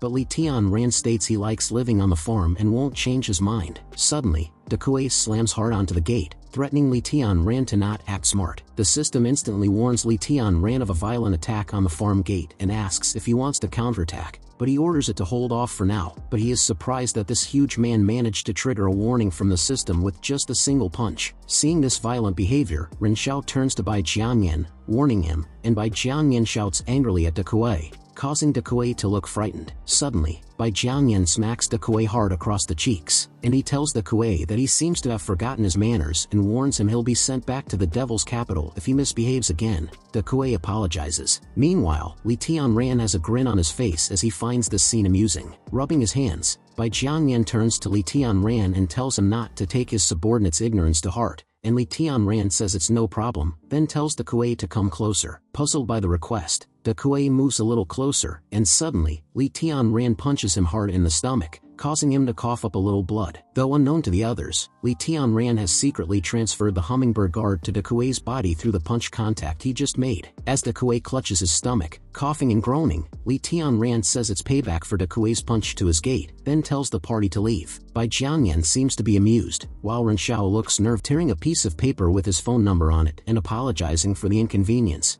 Bai Jianyan hands it to Li Tianran, saying he can contact them if he changes his mind. Seeing Li Tianran silent, Ren Xiao thinks he is too arrogant to take the paper, but when he takes it, she gets startled, believing he is looking down on them. With this, the three of them get into their vehicle and drive away. Once alone, Li Tianran notes that he didn't expect people from Tianran to find his farm so quickly and wonders if they were searching for him or if it was by accident as he flings the paper away. He then retrieves the hummingbird guard he sent with the Kuei and looks forward to meeting them again soon. Looking at his freezer, he sees there's not much frozen meat left, and since the next destructive season starts in 10 days, Li Tianran decides to develop a livestock area for fresh meat. It's dinner time, and delicious food is laid out on the table. Holding the sesame sauce she made, Li Han tells Li Tianran to try it, claiming it's super delicious. Agreeing to give it a taste, Li Tianran pulls a chunk of meat from the bowl and puts it in his mouth, saying it's yummy, causing Li Han to look pleased with herself. She says they should eat mutton hot pot in winter because it makes them feel warm and fuzzy. Noticing Li Tianran and Li Han's red cheeks from delight, Uncle Nan asks if they're a little underdressed for the cold weather, and he expresses concern about food due to the uncultivable land. But Li Tianran reassures him without sharing details, and Uncle Nan understands, acknowledging Li Tianran's secrets. Li Tianran reminds Uncle Nan to be mentally prepared, pointing out that the food here isn't ordinary and eating it for long will bring changes to one's body. He adds that the food might even give them unusual abilities and says he's looking forward to seeing what changes Uncle Nan will undergo. and hearing this, Uncle Nan says it sounds like a fiction movie. Grinning, Lee Tian-ran admits Uncle Nan is correct and claims this apocalypse is just like a science fiction movie come true. He also notes Earth's unusual nature, citing dinosaurs as an example, and explains that gaining abilities or superpowers, like in this apocalypse, is more a matter of evolution. Hearing this, Uncle Nan says he has no idea what Lee Tian-ran is talking about, then asks about the people who visited the farm earlier today. Lee Tian-ran tells the truth, saying those people were from Tianrun, and hearing this, Uncle Nan looks startled. Anger takes over him, and he snaps the chopsticks he's holding in half, asking if even a useless old man like himself can get stronger by eating the food on this farm. With a smile, Lee Tian-ran confirms that this is true. Uncle Nan takes a deep breath and says he understands. Later that night, Lee Tian-ran heads out alone on his bike, searching for the hummingbird's location, and the system informs him the target is in Harmony Villa district. At this moment, Renshao takes Bai Jiangyan and Dekue to her house, letting them stay for the night, and promises to arrange a place for them tomorrow. As the hummingbird flies towards the ceiling, Renshao says there are 4 rooms downstairs and tells Bai Jiangyan and Dekue to choose any room they like, saying she'll send dinner to their rooms. Walking up the stairs to her own room, Renshao suggests they rest early, and Bai Jiangyan agrees, suggesting she do the same. As Renshao makes her way upstairs, the hummingbird flies after her, creating a buzzing noise. Hearing the buzzing noise, she turns her head, annoyed, thinking it's mosquitoes making the noise. After taking a warm shower, Renshao dries herself off, feeling exhausted after such a long day, and decides to have a skincare spa now. Ready for her spa, she looks into the mirror and praises herself, calling herself gorgeous. Grinning widely, she calls herself good at her job and more beautiful than others, her eyes sparkling as she begins putting powder on her face. She puts a face mask on. The hummingbird continues buzzing around her, and she gets really annoyed. She starts to suspect it might not be a mosquito but rather a beetle due to the noise it's making, and fuming in anger, she decides to open the window so it can fly out. Walking towards the window, she forces it open wide. She puts her head out the window, takes in the fresh air, and closes her eyes in pleasure. Suddenly, her eyes bulge as she sees Li Tian-ran directly above her, holding onto a long rope. Li Tian-ran also notices Renshao, and they both freeze, bewildered. Li Tian-ran quickly jumps in through the window while Renshao is unable to speak from the sudden shock. He puts his hand around Renshao's mouth, silencing her as she thinks her bodyguards must be useless for letting him in. Li Tian-ran then pushes her back, causing her to fall onto the bed on her back. With his hand still clasped over her mouth, Renshao finds herself unable to move as Li Tian-ran tells her not to scream, and he will free her. Trying to calm down, Renshao nods, agreeing to listen to Li Tian-ran. As Li Tian-ran removes his hand from her mouth, Renshao breathes fast and tells him there's money in the bedside cabinet and asks him to take it and not hurt her. She adds that this world is all about wealth, and hurting her won't benefit him, so he should take the money and leave. Li Tian-ran tells her he isn't here to rob her, and hearing this, Renshao is shocked, thinking he might be after something else. Worried, she asks if he's a pervert and begins calling him different names in a frantic manner. Annoyed by her yapping, Li Tian-ran grabs her lips and forces them shut, telling her to stop talking. He asks if she sent someone to kill Liang Tianyu, noting how long it's taken her to find the murderer, to which she muffles a sound of acknowledgement. Li Tian-ran releases her lips, and when she asks if he's one of Liang Tianyu's men, he replies that Liang did him a favor and he seeks to avenge him, asking for details about Liang's death. Renshao says she and the police are investigating but haven't found out who the culprit is yet. Pointing at Renshao, Li Tian-ran says that since she took over Liang's position, she might have killed him herself. Angry, Renshao says there's no evidence and mentions that Liang Tianyu had many enemies, so anyone could have killed him, but Li Tian-ran expresses disbelief that no suspects have been found yet. Renshao claims the culprit destroyed everything, so there's no way for her or the police to know who to suspect. Hearing this, Li Tian-ran is relieved he's not on the suspect list, and Renshao asks if he will let her go now. At that moment, Li Tian-ran hears footsteps approaching and then a loud banging on the door, with someone calling for Renshao to open it. Reacting fast, he quickly strikes Renshao's neck, knocking her out. Meanwhile, Dekue is banging on the door outside, while the maid says the alarm system went off, meaning something must have happened, and she begs Dekue to save Miss Rin. Dekue raises his knee and slams it hard against the door, shattering it into pieces. With the door broken, they find Renshao lying on the floor, unconscious. Dekue rushes to the window to check for anyone outside while the maid lifts Renshao into her arms, sobbing and asking what happened. Looking down from the window, Dekue shouts at MD not to let the intruder escape. Landing on the ground, Li Tian-ran begins to flee, surprised that the giant man managed to break down the door. Suddenly, a voice says it's rude to break into a girl's room in the middle of the night, startling Li Tian-ran. Turning around, he sees Bai Jiangyan standing nearby and asks how he found him despite leaving no traces. Bai Jiangyan reveals that when Li Tianran stepped on the gravity sensing device he placed at the window, it alerted him because it would be where Li Tianran would escape from. Hearing this, Li Tianran is startled, realizing Bai Jiangyan is really smart. But confident in his strength, Li Tianran charges at Bai Jiangyan. He pulls back his fist and thrusts it straight at Bai Jiangyan,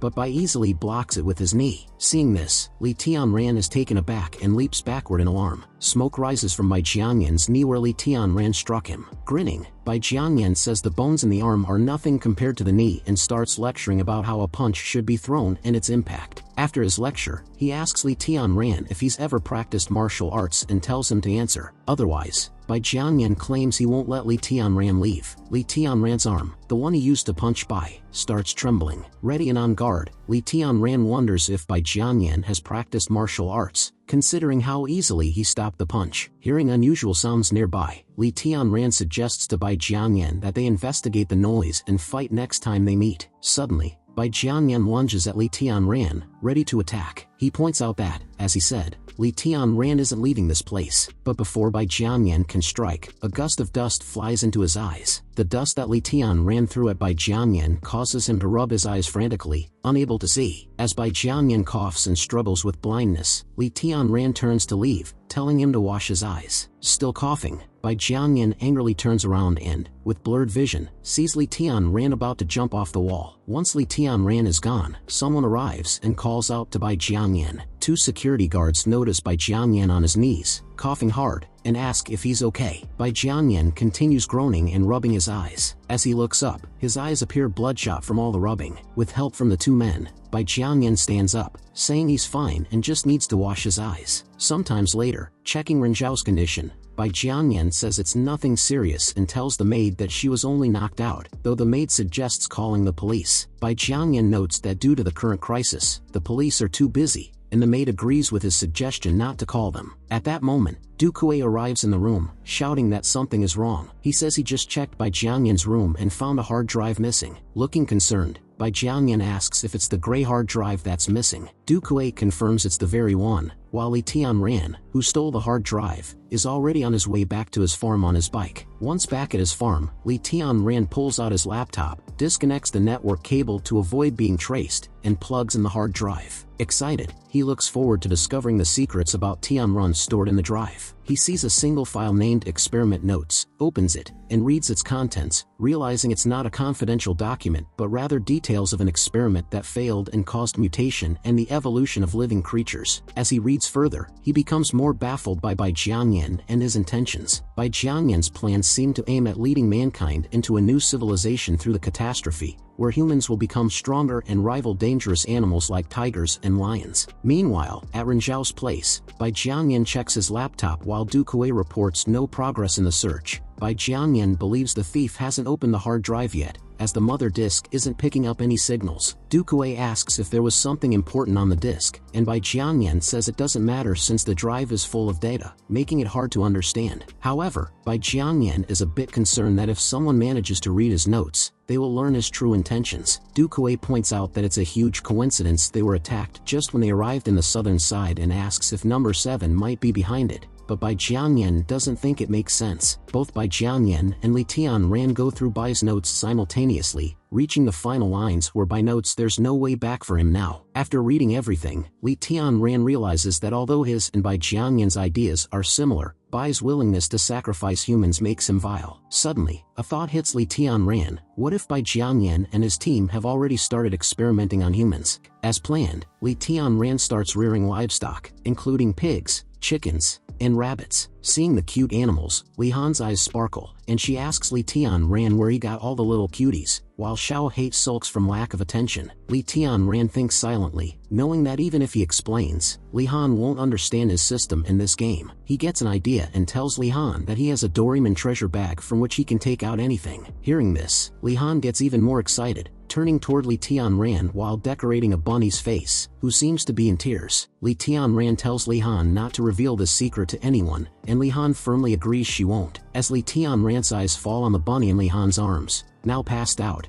he scolds her, saying not to play with their precious food and to put it back in the shed. Learning the rabbit is food, Li Han begins wailing and hugs the rabbit tightly, saying she wants to keep it, while Li Tianran tells her the rabbit's spicy meat is nicer. Li Tianran continues listing different dishes they can make from the rabbit, and hearing this, Li Han feels like she's going to pass out. Her eyes go dizzy, and she declares she'll become a vegetarian from now on. Li Tianran tells Li Han to be grateful for the food and not to waste any, reminding her not to get close to the animals, as it'll be painful to see them die. After a moment of silence, Li Han agrees and hands the bunny over to Li Tianran, promising not to waste any food in the future. At that moment, the system congratulates Li Tianran for producing a rare product, the albino corn, and tells him to harvest it quickly. Seeing that it's a rare product, Li Tianran wonders what it is and tells Li Han to go play while he checks out the cornfield. In the cornfield, he finds a single level 2 albino corn, an extremely rare mutated product from anti-radiation corn, with a 1 in 100,000 probability. Realizing the corn can make someone enter a rampage, increasing their physical strength tenfold for 30 seconds, Li Tianran compares it to Popeye's spinach. He plucks the one and only albino corn and searches the field for more but finds none. Exhausted, he sits down, admitting that such rare products are hard to find and require extreme luck. He also notes that the system never mentions special harvests, making them pleasant surprises, and hopes that intensive farming will yield more rare produce. He wonders if he can get more albino corn but quickly shakes his head, deciding not to rely on it and continuing large-scale farming, viewing rare products as icing on the cake. Meanwhile, Renshao is sitting on her bed at home, browsing through her laptop. She takes a bite of a cookie while continuing to browse. She appears to be watching footage of Li Tianran sneaking into her room and covering her mouth. Biting the cookie hard, she curses the intruder and vows to find him and make him pay. She fumes, calling her security guards useless for failing to stop a single intruder. Realizing that normal means won't help her find the intruder's identity, Renshao starts thinking of other ways. Noticing a strand of hair stuck to her clothes, she concludes it must belong to the man who attacked her. Realizing she's thinking too much about that man, she shifts her focus to finding a way to catch him. Walking out of her room, Renshao looks down at the living room and tells Bai Jianyan she needs to talk to him. Seeing Renshao, Bai Jianyan closes the book he was reading and asks if she's feeling better. Taking a seat, Renshao thanks Bai Jianyan for the massage technique he taught her, saying it was effective in relieving her pain. She then informs Bai Jianyan that she has chosen a new location for his research institute, a quiet and remote factory near the farm, where his work won't be disturbed. Bai Jianyan apologizes for the trouble and asks if there's anything else she needs to tell him, given how early she came. Renshao gets to the point and asks Bai Jianyan, as an expert in biology, if he can help her find a DNA match for a hair strand she found. Looking at the strand of hair, Bai Jianyan says finding a match will be like finding a needle in a haystack, as he'll need to compare it with DNA samples from everyone in the area. And then he asks if the person the hair belongs to is important. Laughing briefly, Renshao says it's not that important and that she just wants to know who the intruder was. Hearing that the hair belongs to the intruder, Bai Jianyan's eyes widen in surprise. Standing up, he says it won't be difficult and promises to help Renshao, who looks taken aback by his sudden change in tone. With a 10% dilution, the injection is completed and administered to the subject for the experiment. As a result, the subject's muscle fibers thicken, and its cellular activity increases by thousands of times. The system begins recording data as multiple eyes appear across the subject's face. The system explains that the eyes are a result of the subject's genes being contaminated by other organisms. The massive chains holding the subject shatter due to its immense strength, and it enters a violent state, letting out a deafening roar. The system declares that the V-shaped virus B34th experiment has failed due to the subject's reaction. The subject begins slamming its paws against the thick glass walls, attempting to reach the scientists on the other side, and the glass starts to crack. Bai Jianyan, the head of the experiment, calmly watches the rampage as the system announces immediate destruction. The subject gets destroyed, ending the experiment. A beautiful house sits under the moonlight in complete silence, but inside the house, it's crowded, with many people walking around. A group of kids are chatting in the far corner of the room, with one of them asking Jingming why he left his younger brother alone, and Jingming claims he has no brother. Instead, he says that the one who's supposed to be his brother is just a bastard. The so-called bastard, standing by himself, appears lost in thought while Jingming and the group plan to tease him. They take him to the fountain and force his head into the water as he struggles to breathe. One boy holds him down while the other kicks him in the back, laughing and calling him a bastard. Jingming watches from afar, laughing, and says since the bastard has the surname Bai, he deserves the bullying, this child being Bai Jianyan when he was younger. Crying bitterly, Bai Jianyan turns to Jingming, begging him to stop and calling him brother, which makes the other boys laugh. Jingming tuts in anger, calling Bai Jianyan dirty and a bastard. Bai Jianyan, in fear, begs Jingming not to hurt him and suddenly wakes up, now and present, sweating heavily. Realizing it was a dream, Bai Jianyan wipes the sweat from his face. He reflects on his brother's bullying and notes that the V-shaped viruses are becoming more stable, promising to surpass his brother once he creates the perfect mutant. A newsreader announces it's been 19 days since the virus emerged, reporting hundreds of mutated livestock found in Nanqi town. Li Han, perched on her pillow with Xiao He beside her, is deeply absorbed in the news. Seeing Li Han watching the news, Li Tianran asks why she isn't watching cartoons, and Li Han replies she's not a child and is trying to follow current events. She tells Li Tianran that she can't always hide behind him and wants to help, but Li Tianran reminds her she can already read people's thoughts, making her a great help. Pleased, Li Han says she wants to grow up quickly to help more, noting that even Xiao He is getting bigger and stronger. Looking at Xiao He, Li Tianran is relieved he hasn't gone berserk and believes Xiao He's body changes are due to eating anti-radiation food. After taking a deep breath, Li Tianran smiles and tells Li Han to get snacks herself if she gets hungry, as he's off to dig the pond. An hour later, Li Han is lying on top of Xiao He, muttering that she's hungry. Suddenly, she hears a noise and turns to see a small box on the table, wondering what it is. She walks to the table, opens the box, and finds 2 level 4 divine grain seeds inside. Excited, she notes that the seeds are glowing intensely. Seeing there are 2, she decides they're perfect for her and Xiao He, since they are also a pair. Without thinking, she eats one seed and gives the other to Xiao He. Chewing the seed, she shudders, finding it unbearably bitter. Xiao He also seems disgusted by the taste, his face contorted, as Li Han rushes to rinse her mouth. After swallowing the seed, Xiao He suddenly feels sleepy and lies down. He instantly falls into a deep and strange sleep. Later that night, the silence of the house is broken by a bark and the creak of the floor. Hearing the noise, Uncle Nan wakes up, grumbling about it. Pointing a flashlight at the corner of the room, he sees something furry causing the noise. Xiao He, now mutated, turns around,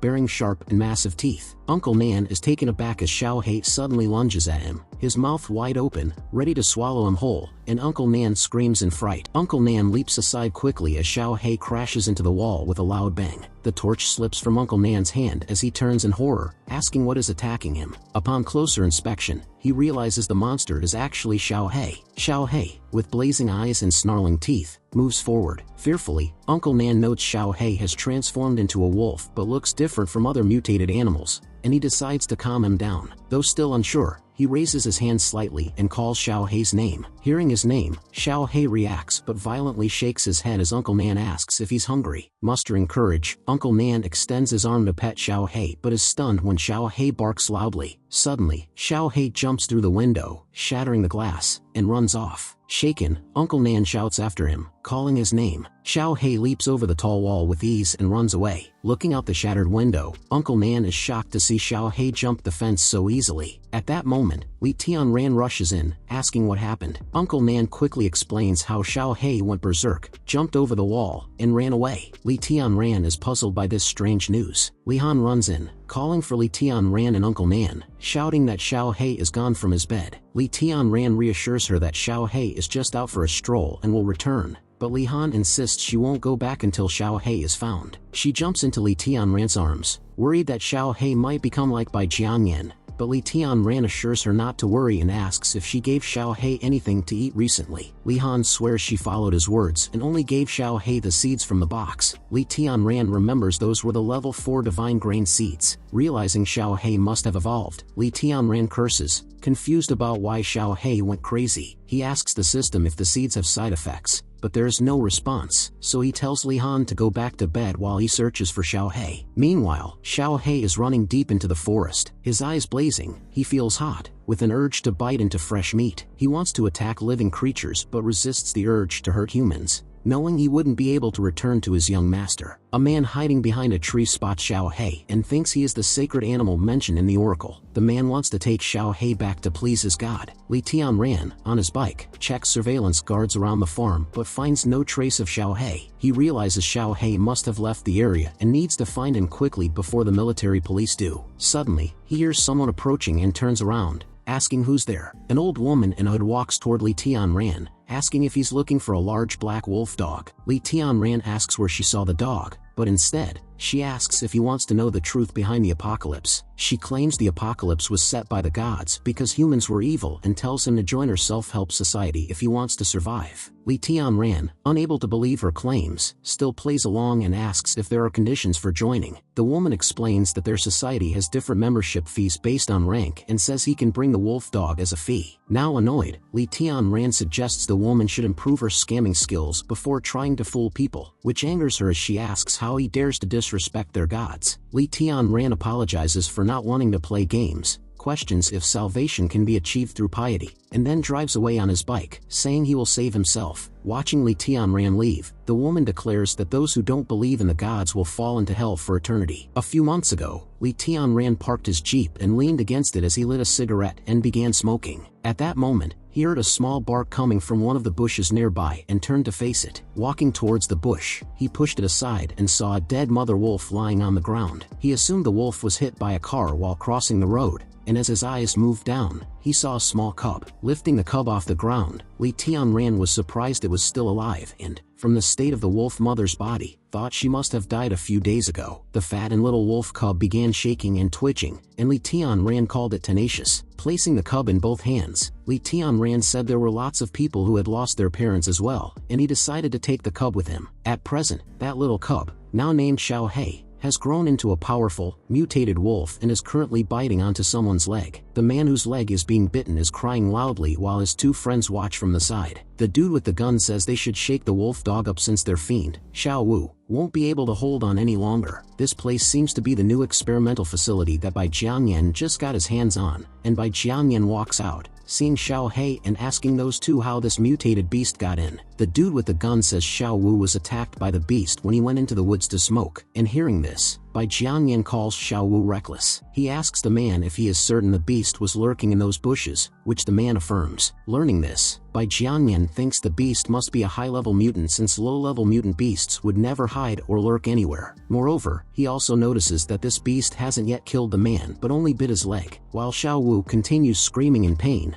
Bai Jianyan thinks the beast is clever enough to know when to kill and, sensing the danger from the guns, decides to study it to hopefully overcome the instability of the V-virus. And then he commands the man to go and get more men to try and capture this mutated beast before the military police arrive. With a wide grin, Bai Jianyan reminds the men they must be equipped with tranquilizer guns and sedatives so they don't accidentally kill the beast. After a while, a man arrives with the tranquilizer gun and hands it over to Bai Jianyan, who takes it. Raising the gun, he takes a careful aim at Xiao He and shoots. Looking up, Xiao He sees the 3 darts coming at him and quickly leaps out of the way. Bai Jianyan takes another aim while the dude with the gun fires his gun at Xiao He. The bullet hits Xiao He's tail, causing a little blood to splatter out. Looking angered, Xiao He lunges at the dude with the gun and smacks him, sending him falling to the ground. Bai Jianyan hurriedly tries to reload the tranquilizer gun but sees the beast is trying to run. As Xiao He begins fleeing into the dark woods, Bai Jianyan orders his men to chase after it. Meanwhile, Li Tianran continues his search for Xiao He as the hummingbird number reports back to him that large dog paw prints were found 700 meters southeast. Hearing this, Li Tianran revs the throttle and heads to the location. After a while, he finds the paw prints and is stunned by how large they are. He also notices the blood on the marks is fresh. He is quite positive these paw prints and the blood belong to Xiao He and wonders how Xiao He might have gotten this badly hurt to bleed this much. With Xiao He running at the front, on Bai Jianyan's command, 3 vehicles chase after him. Sitting beside the driver, Bai Jianyan raises his gun, noting that no mutated animal can move at the speed the wolf dog is, and grins, excited at the thought of capturing Xiao He. He closely observes Xiao He's movements, his muscle tone, his elegant leaps, and finds him a beautiful creature, increasing his desire to capture Xiao He. As Xiao He flees deeper into the woods, the system informs Li Tianran that their target has been found. Li Tianran instructs the hummingbird guards to guide him and turns his motorcycle in that direction. The hummingbird guard live streams the scene of Xiao He running and the chase, as Li Tianran instructs it to zoom in to see who is pursuing Xiao He. As the camera zooms in, Bai Jianyan's face becomes clear, and Li Tianran is surprised to see it's actually him, the tech nerd. He's puzzled, wondering why Bai Jianyan is after Xiao He, assuming he must want to capture him for research. He pulls up the system, grabs the albino corn, deciding to go all out and not let Bai Jianyan escape this time. Suddenly, a bullet hits the ground inches from Xiao He, and as he continues sprinting, a rain of bullets follows. Bai Jianyan orders 2 vehicles to drive from each side inside and lure the beast into the old factory nearby. The men in the vehicles follow Bai Jiangyan's orders, driving forward and splitting up on either side. Seeing the two vehicles, Xiao He snarls and leaps at a tree, propelling himself forward. Flying towards one of the cars, he lands on top as the driver curses in rage, losing control of the vehicle. The man in car number 2 begins screaming, and car number 1 notifies Bai Jiangyan that their vehicle is down. The driver of car number 2 takes his hands off the wheel and starts shooting at Xiao He. Xiao He seems to have managed to bite the driver's hand, holding it in a tight grip. As the bullets close in, Xiao He sees them, but it's too late to dodge. However, Li Tianran arrives at the last second and catches the bullets with his fingers. His body is glowing, having eaten the albino corn, enhancing his strength and speed. With 26 seconds left before the effects were off. Seeing Li Tianran, the vehicle by Jiangyan is and screeches to a halt. Bai Jiangyan is surprised and puzzled by the glowing white light around the person, while Xiao He recognizes it as Li Tianran. With time running out, Li Tianran decides to act quickly. He sprints toward Bai Jiangyan's car, pulls him out, leaving Bai Jiangyan confused about what's happening. Moving like lightning, Li Tianran becomes invisible from his blinding speed, while a desperate Bai Jiangyan starts shooting, demanding to know what's happening. With 5 seconds left on the buff, Li Tianran appears right behind Bai Jiangyan and lands a powerful punch. The punch strikes Bai Jiangyan in the face, causing his nose to bleed. With 2 seconds remaining, Li Tianran attacks again, sending Bai Jiangyan flying a few feet away. Now, with only 1 second left, Li Tianran suddenly falls to his knees, realizing the power-up has a side effect. Meanwhile, Bai Jiangyan looks up and claims he barely managed to block the attack, otherwise, he'd be in serious trouble. Raising his trembling hand and pointing the gun at Li Tianran, Bai Jiangyan decides to eliminate him, seeing him as too dangerous. At that moment, Xiao He leaps toward Bai Jiangyan just as he's about to pull the trigger. Lunging at Bai Jiangyan, Xiao He bites into his neck as he pulls the trigger. Luckily, the bullet only hits Li Tianran in the shoulder. Xiao He continues sinking his teeth deeper into Bai Jiangyan's neck. Li Tianran is lying unconscious on something furry. He slowly opens his eyes, groaning in pain, and hears Xiao He panting and growling. He realizes he's lying on top of Xiao He, who is walking slowly forward. Xiao He looks exhausted, and suddenly Li Tianran falls off his back onto the ground, with Xiao He passing out beside him. Li Tianran forces himself up, clutching his wound, and walks to Xiao He, asking if he's okay. Seeing Xiao He twitching and drooling heavily, Li Tianran gets worried and asks the system what's happening. Xiao He's condition worsens as his entire body begins shaking violently. Inside Xiao He's body, his DNA appears to be reconstructing due to the bite he gave Bai Jiangyan, accidentally ingesting his blood. It's as if Bai Jiangyan's blood is affecting Xiao He. Suddenly, a silvery smoke surrounds Xiao He, leaving Li Tianran puzzled as he continues calling out to him. The silvery smoke engulfs Xiao He, forming a cocoon around him. Witnessing this, Li Tianran clenches his teeth, baffled by what's happening. Meanwhile, Bai Jiangyan is in the hospital, as the screen shows his heart rate dropping, and the doctor says his condition is critical due to a hard blow to his vital organs. Bai Jiangyan is lying on the hospital bed, hooked up to multiple machines.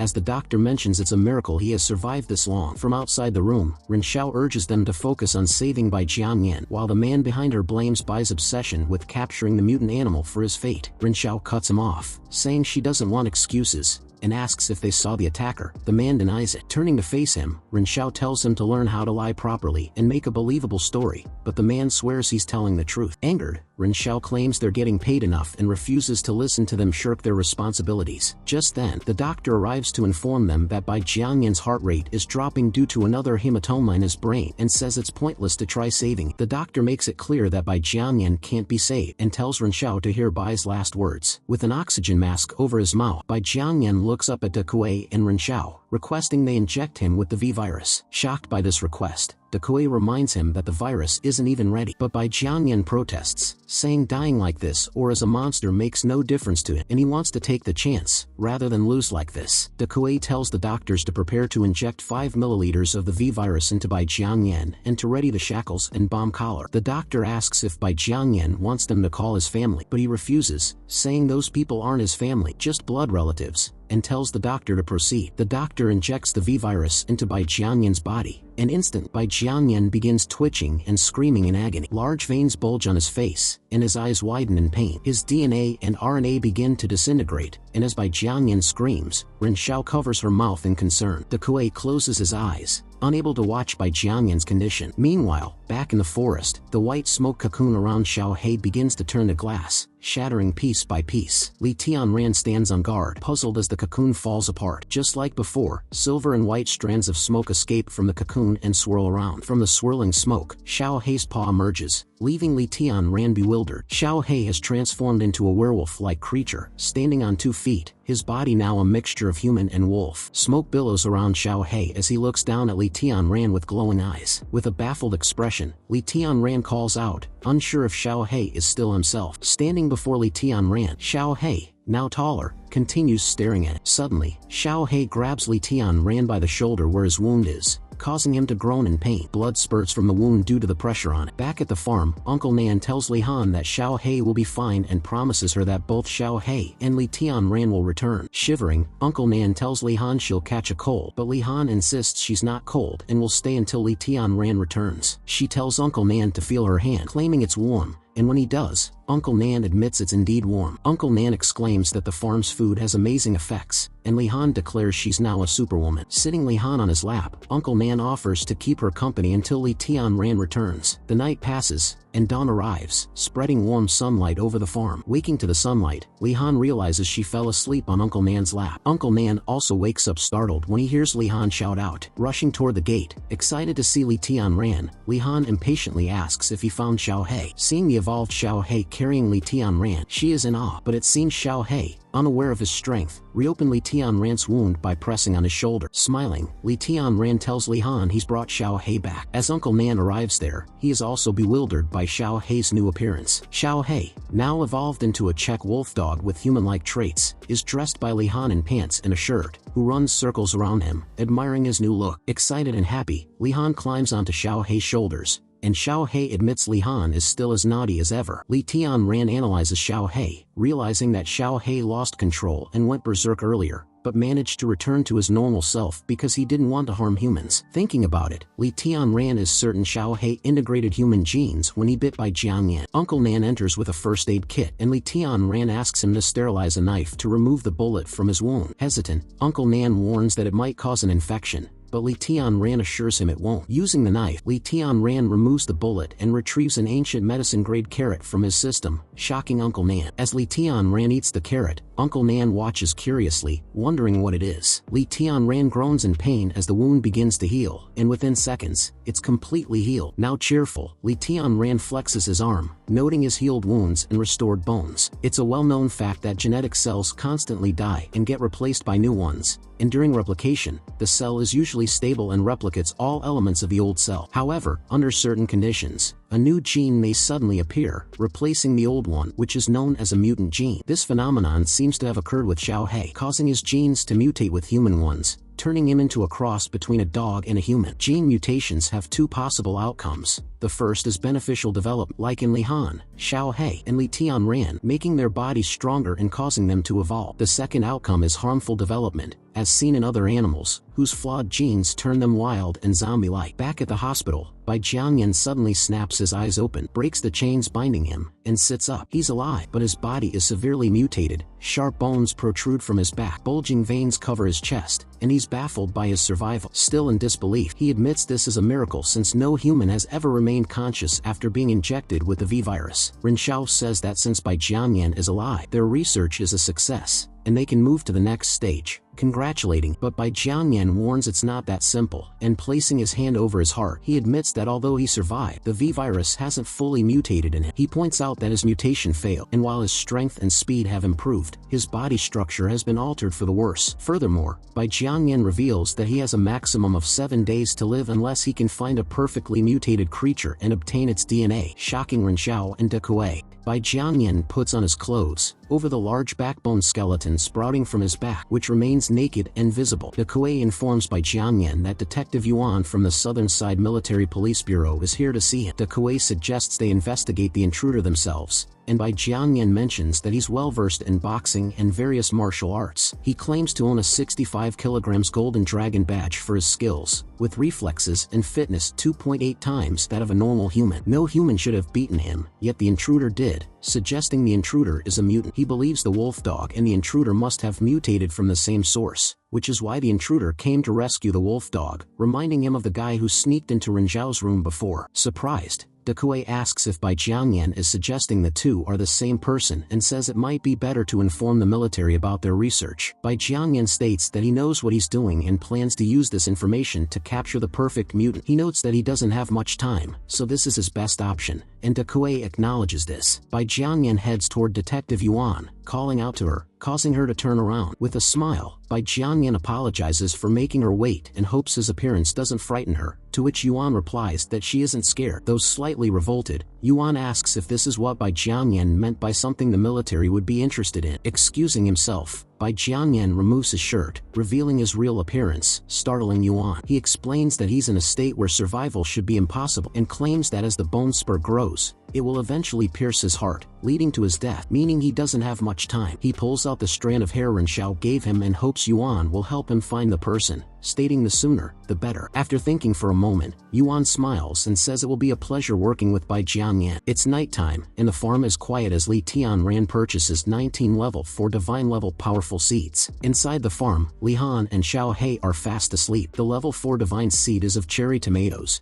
and the system displays the requirements for its growth and the effects upon consumption. Reading the effects, Li Tianran smiles widely, realizing the crop promotes evolution and declares it to be the key to the new era for humanity. Thinking about this, he lets out a short snort. He muses that if humans become gods in the future, he will be the one who created gods. He acknowledges that the planting conditions for this crop are harsh, requiring many points in a land upgrade, making it expensive. Nonetheless, he spends 95,000 points to purchase 19 land upgrade coupons, leaving him with 5,680,000 points, and upgrades the land. The upgraded land is nutrient-rich black soil capable of growing crops above level 4 and has a yield-boosting effect on crops below level 3. Realizing the second wave of the destruction season is approaching, Li Tianran complains that growth agents are too expensive. Despite this, he purchases 12 growth agents. These growth agents have limited effectiveness in promoting level 4 crops, so Li Tianran decides to add more agricultural robots to speed up planting while saving the remaining points to upgrade his farm. Before the second wave of destruction season begins, he's determined to harvest as many ripe crops as possible. In the lively night city, skyscrapers with lit windows dominate the view. Two hooded individuals approach a massive door. The woman at the back asks if she'll be able to meet the Holy Lord, and the man in front tells her to convey her findings to the Lord, who will make the judgment. Relieved that she can receive gifts from the Holy Lord, the woman exclaims in joy and begins praising. As the door opens, the woman mutters that her family can survive another month now, as only those who worship the Holy Lord can survive the apocalypse. Entering through the door, the two walk through a dark corridor while the woman continues to mutter. Eventually, they arrive in a large chamber, and the man beside the woman tells the so-called Holy Lord that the woman claims to have discovered a new holy beast. Hearing this, two men in the chamber turn to face them, and the hooded man urges the woman to share what she found. After the woman explains everything, the hooded man claps his hands in approval, saying it's good. With a grin, he declares that this will make the Holy Lord even more powerful. The man in the suit offers congratulations to the Holy Lord, stating that with the nourishment from the new holy beast, the Holy Lord will soon complete his emergence. He then asks if he can see the recent ones. The hooded man says the suited man can take the other holy beasts since the Holy Lord has grown tired of them, as long as he brings back the new holy beast. At that moment, a growling and hissing voice emerges from a dark hole, and the hooded man acknowledges the Lord's words, thanking him for his kindness. The Lord, or whatever he is, continues hissing, demanding to eat wolf cubs.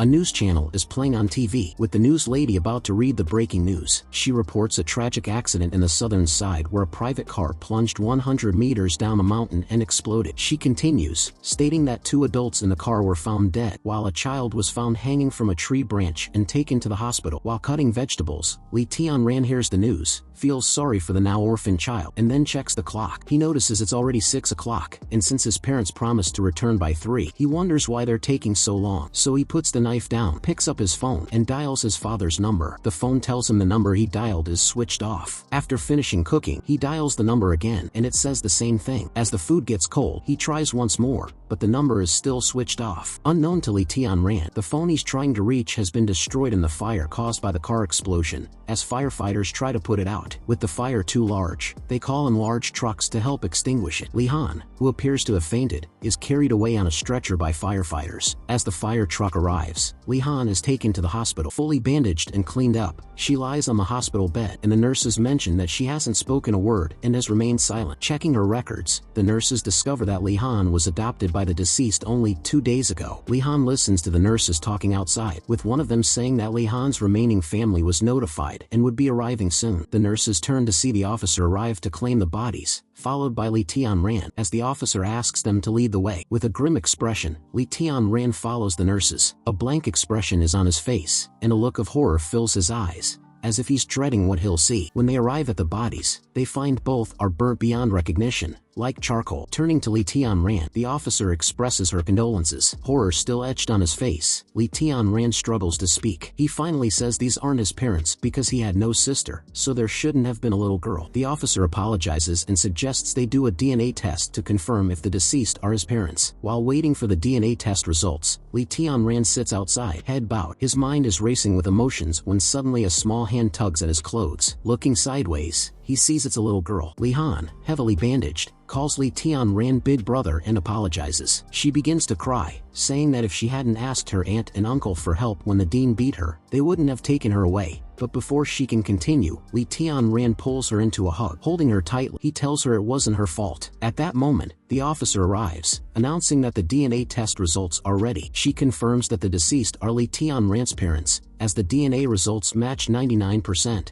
and as Li Tianran begins to sob, she offers her condolences. Still holding Li Han, Li Tianran continues to sob. At present, holding a stack of papers, a scientist announces the comparison results are out and drops the papers on a table. The scientist informs Bai Jiangyan that they've found the intruder. Bai Jiangyan looks at the intruder's identity and sees it's Li Tianran, a 26-year-old male, reviewing every detail about him. Unsatisfied with the information, Bai Jiangyan asks if that's all, and the scientist confirms that Li Tianran isn't anything special. The scientist questions how they can be sure Li Tianran attacked Bai Jiangyan even if he stole the flash drive. Bai Jiangyan responds that the attacker fought exactly like Li Tianran did when he stole the drive. Bai Jiangyan then theorizes that either Li Tianran has been hiding his true identity and pretending to be an ordinary man, or there's another explanation. The other explanation, Bai Jiangyan believes, is that Li Tianran's physical fitness must have improved dramatically recently, and the only way this could happen is through a perfect mutation. Bai Jiangyan suspects an entire organization might be behind the mutation and claims the dog he tried to capture must have mutated from this group, which is why Li Tianran tried to rescue. Hearing this, the scientist wonders if Li Tianran and the dog's mutations could be from something other than science, and Bai Jiangyan asks if she's implying the mutation wasn't caused by the V-shaped virus. The scientist points out that the chance of the V virus causing a perfect mutation is 1 in 100 million, so it's unlikely that both Li Tianran and the dog mutated from the V virus. Bai Jiangyan considers the scientist's words. Smiling, he concludes that there must be another way in this world that allows for a perfect mutation. Putting down Li Tianran's documents and sitting back in his chair, Bai Jiangyan tells the officer to keep a close eye on both Li Tianran and the military's actions,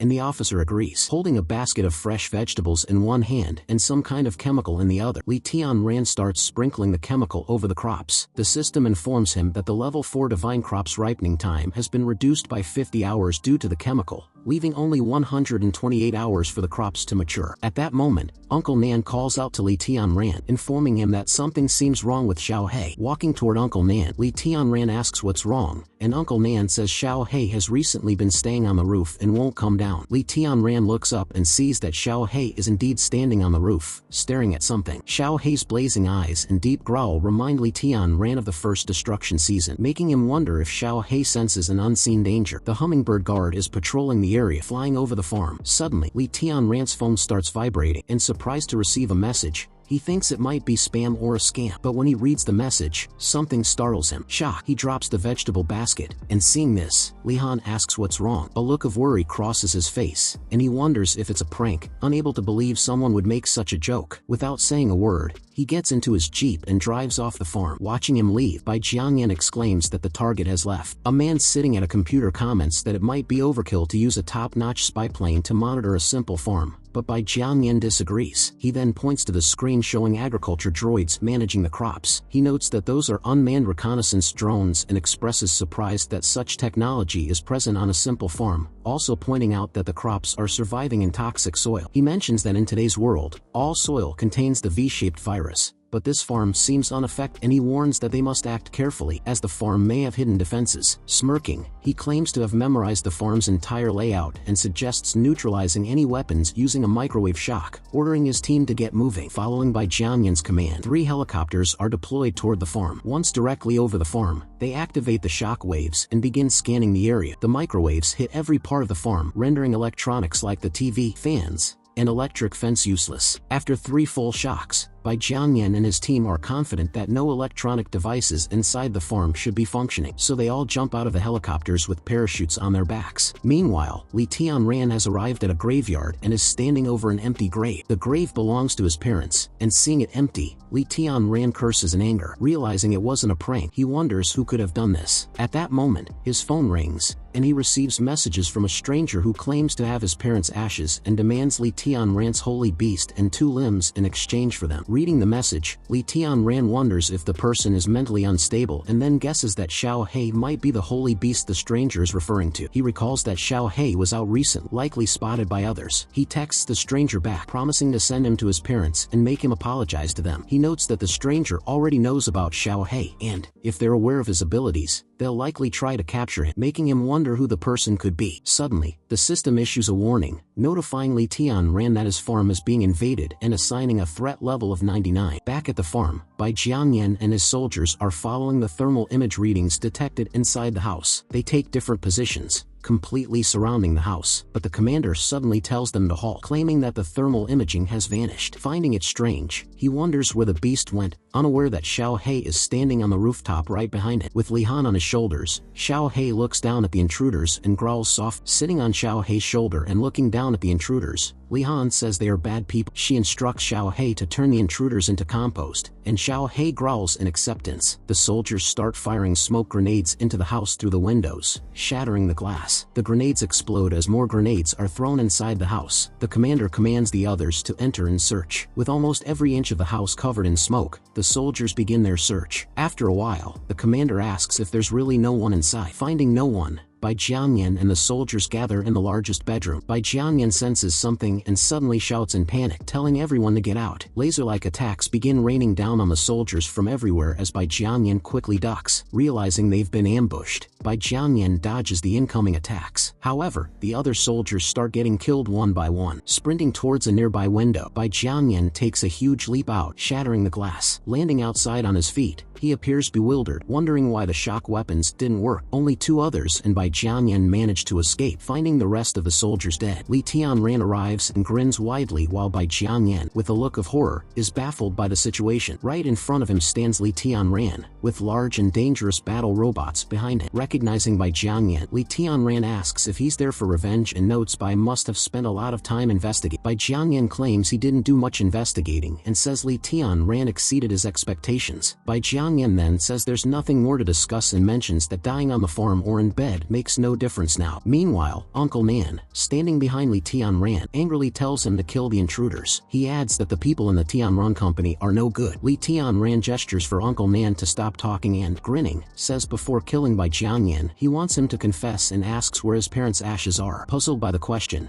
Bai Jianyan asks what ashes Li Tianran means. Both Li Tianran and Bai Jianyan are now confused. Li Tianran asks if Bai Jianyan really didn't steal his parents' ashes, and Bai Jianyan, sounding baffled, asks if Li Tianran is joking. Realizing something is amiss, Li Tianran remains silent, trying to think. Meanwhile, the person who sent Li Tianran the text throws the phone, causing it to shatter, and bellows that Li Tianran is an unfilial son. With an angry expression, Xiaoxing says Li Tianran is unfilial for ignoring his parents' ashes and claims he would gladly give his whole body for his mother. His anger overtakes him as he continues to bash the phone in rage, while the others around him look uncomfortable. Xiaoxing's eyes bulge as he says Li Tianran didn't even offer the sacred beast and now all the snacks his mother wanted are gone. The 2 men there try to calm Xiaoxing down while he shouts that he is useless and that his mother is tired of eating dirty things. Annoyed by the 2 men, Xiaoxing turns his head toward them with rage. He continues shouting that his mother wants to eat wolf cubs and he hasn't gotten them, but before he can say more, a soft voice calls his name. This makes Xiaoxing silent, and his expression softens as he calls out to his mommy. The 2 men begin to sweat, feeling nervous and baffled, while Xiaoxing continues to mutter mummy. Xiaoxing's face breaks into a smile as he tells his mommy he misses her so much. A woman, entirely white with no face, eyes, or skin, like a spirit, speaks to Xiaoshen, calling him her good boy, and he expresses happiness that she came to see him again. Hugging the woman, Xiaoxing begins crying and apologizes for not getting wolf cubs for her to eat and begs her not to abandon or hate him. With tears in his eyes, he promises to get Li Tianran as a meal for his mommy and requests her not to be mad at him. A dark creature, resembling a centipede with a sinister aura, appears before Xiaoxing, who, embracing it tightly as if it were his mother, hears it mutter good and eat in a chilling tone. Looking puzzled, Li Tianran asks Bai Jiangyan if he really didn't steal his parents' ashes,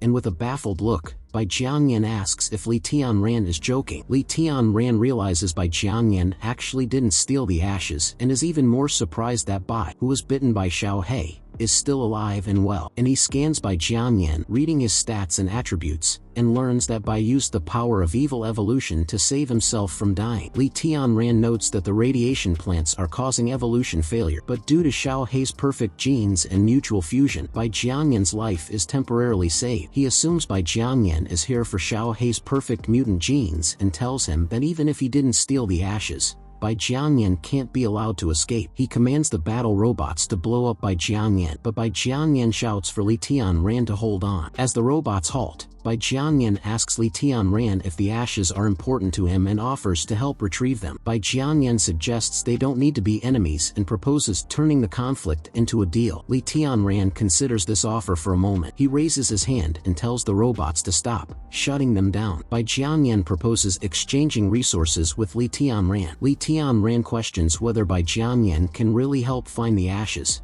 and Bai Jiangyan claims he has a huge network of connections to speed up the search. Li Tianran notes that merely helping to find the ashes won't be enough for Bai Jiangyan to get the evolutionary genes and asks about his relation to Tianran. Bai Jiangyan admits he's not a member of Tianran and has no ties to any party's interests. He adds that he has no enmity with Li Tianran and that as long as he gets what he needs, it's enough. Bai Jiangyan suggests that Li Tianran could be his tool and steps forward. Grinning, Li Tianran finds the situation interesting while Uncle Nan, looking impatient, tries to get Li Tianran's attention. Bai Jiangyan tells Li Tianran he can have the handy tools while he secures the evolutionary genes and saves his life. Extending his hand for a handshake, Bai Jiangyan says it's a win-win situation. Still smiling, Li Tianran walks past Bai Jiangyan, ignoring his handshake. Passing Bai Jiangyan, Li Tianran tells him to disarm his men and make them squat in the corner with their hands on their heads, then follow him. Inside the house, Li Tianran reveals Xiao He to Bai Jiangyan. Li Han uses the Eye of Good and Evil to assess Bai Jiangyan's color, while Bai Jiangyan looks taken aback by Xiao Hei's appearance. Li Han signals to Li Tianran that Bai Jiangyan is safe based on the color, and Li Tianran reassures Bai Jiangyan not to be nervous. Bai Jiangyan, baffled, asks how this strange mutation is possible and guesses that Xiao He must have merged with human genes. Bai Jiangyan smiles, saying this is the most perfect mutation he's ever seen and notes that Xiao He also has self-awareness and can follow human commands. Li Tianran claps his hands to stop Bai Jiangyan from talking too much and says the deal isn't finalized yet, and he shows Bai Jiangyan a number and asks him to track it, check all call records made to it, and investigate its locations over the last 10 days. Examining the number, Bai Jiangyan calls it easy but requests a blood sample, noting he only has 5 days to live, while Li Tianran reminds him he's not in a position to negotiate yet. Li Tianran then suggests Bai Jiangyan better work hard to find that person quickly. Realizing Li Tianran won't relent, Bai Jiangyan sighs and agrees. At that moment,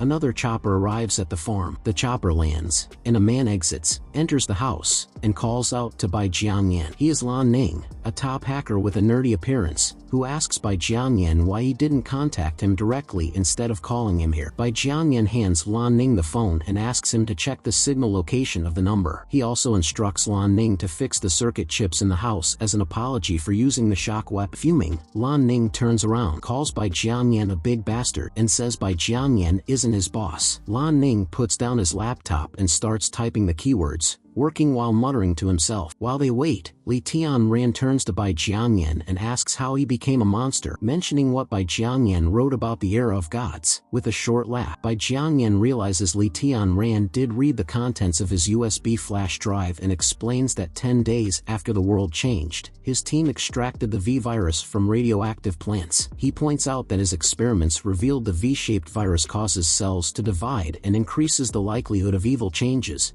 and he hopes to gain insights from Xiao Hei's genes. Li Tianran asks if Bai Jianyan's conclusions are based on extensive human experiments with the virus. Smirking, Bai Jianyan insists his actions weren't cruel, rationalizing that human biology often advances through cold experiments, and despite being a failure, he believes his data remains valuable. Grinning, Li Tianran admits this is really crazy as Bai Jianyan begins to laugh. Still sniggering, Bai Jianyan says that all biological and scientific developments were achieved by stepping on the bones of countless people and notes that in this apocalyptic future, this is unlikely to change. With his eyes fully focused, Lan Ning crunches the numbers on his laptop and, after a while, claims to have found the information before sending it to Li Tianran. Opening his mobile, Li Tianran sees that he did receive a notification in his mail. Looking puzzled, he points out that he didn't give his email address to Lan Ning, so how did he know it? Turning to face Li Tianran, Lan Ning gives an irritated look and says that in the 21st century, with a single photo of a person, all his info can be found in 10 minutes. Lan Ning then remarks that he overheard what Bai Jianyan said about his skills and warns that he will hack into his phone camera and broadcast him taking a bath. Hearing this, both Bai Jianyan and Li Tianran give annoyed looks, and Bai Jianyan admits that Lan Ning talks too much. And then he warns Lan Ning to stop blabbering, or his payment will be reduced, causing Lan Ning to agree to shut up and continue working. Outside what looks like an abandoned church, two men in white cloaks are standing guard as one of them lets out a loud yawn. Seeing a small fly buzzing towards him, the first man stops yawning and looks alarmed. Cursing, he wonders why there are so many big moths in such cold weather. The other man, holding a gun, warns him to be careful because these bugs might be mutated. Suddenly, the hummingbird droid shoots a needle-like projectile right at the first man's forehead, causing the other man to shout in confusion. A similar shot hits the second man, making him groan soft. As the two guards fall to the ground, Li Tianran arrives at the top of the church. Looking down at them, he tells the two guards to get some sleep. Meanwhile, inside the church, someone is holding a box with two egg-like objects,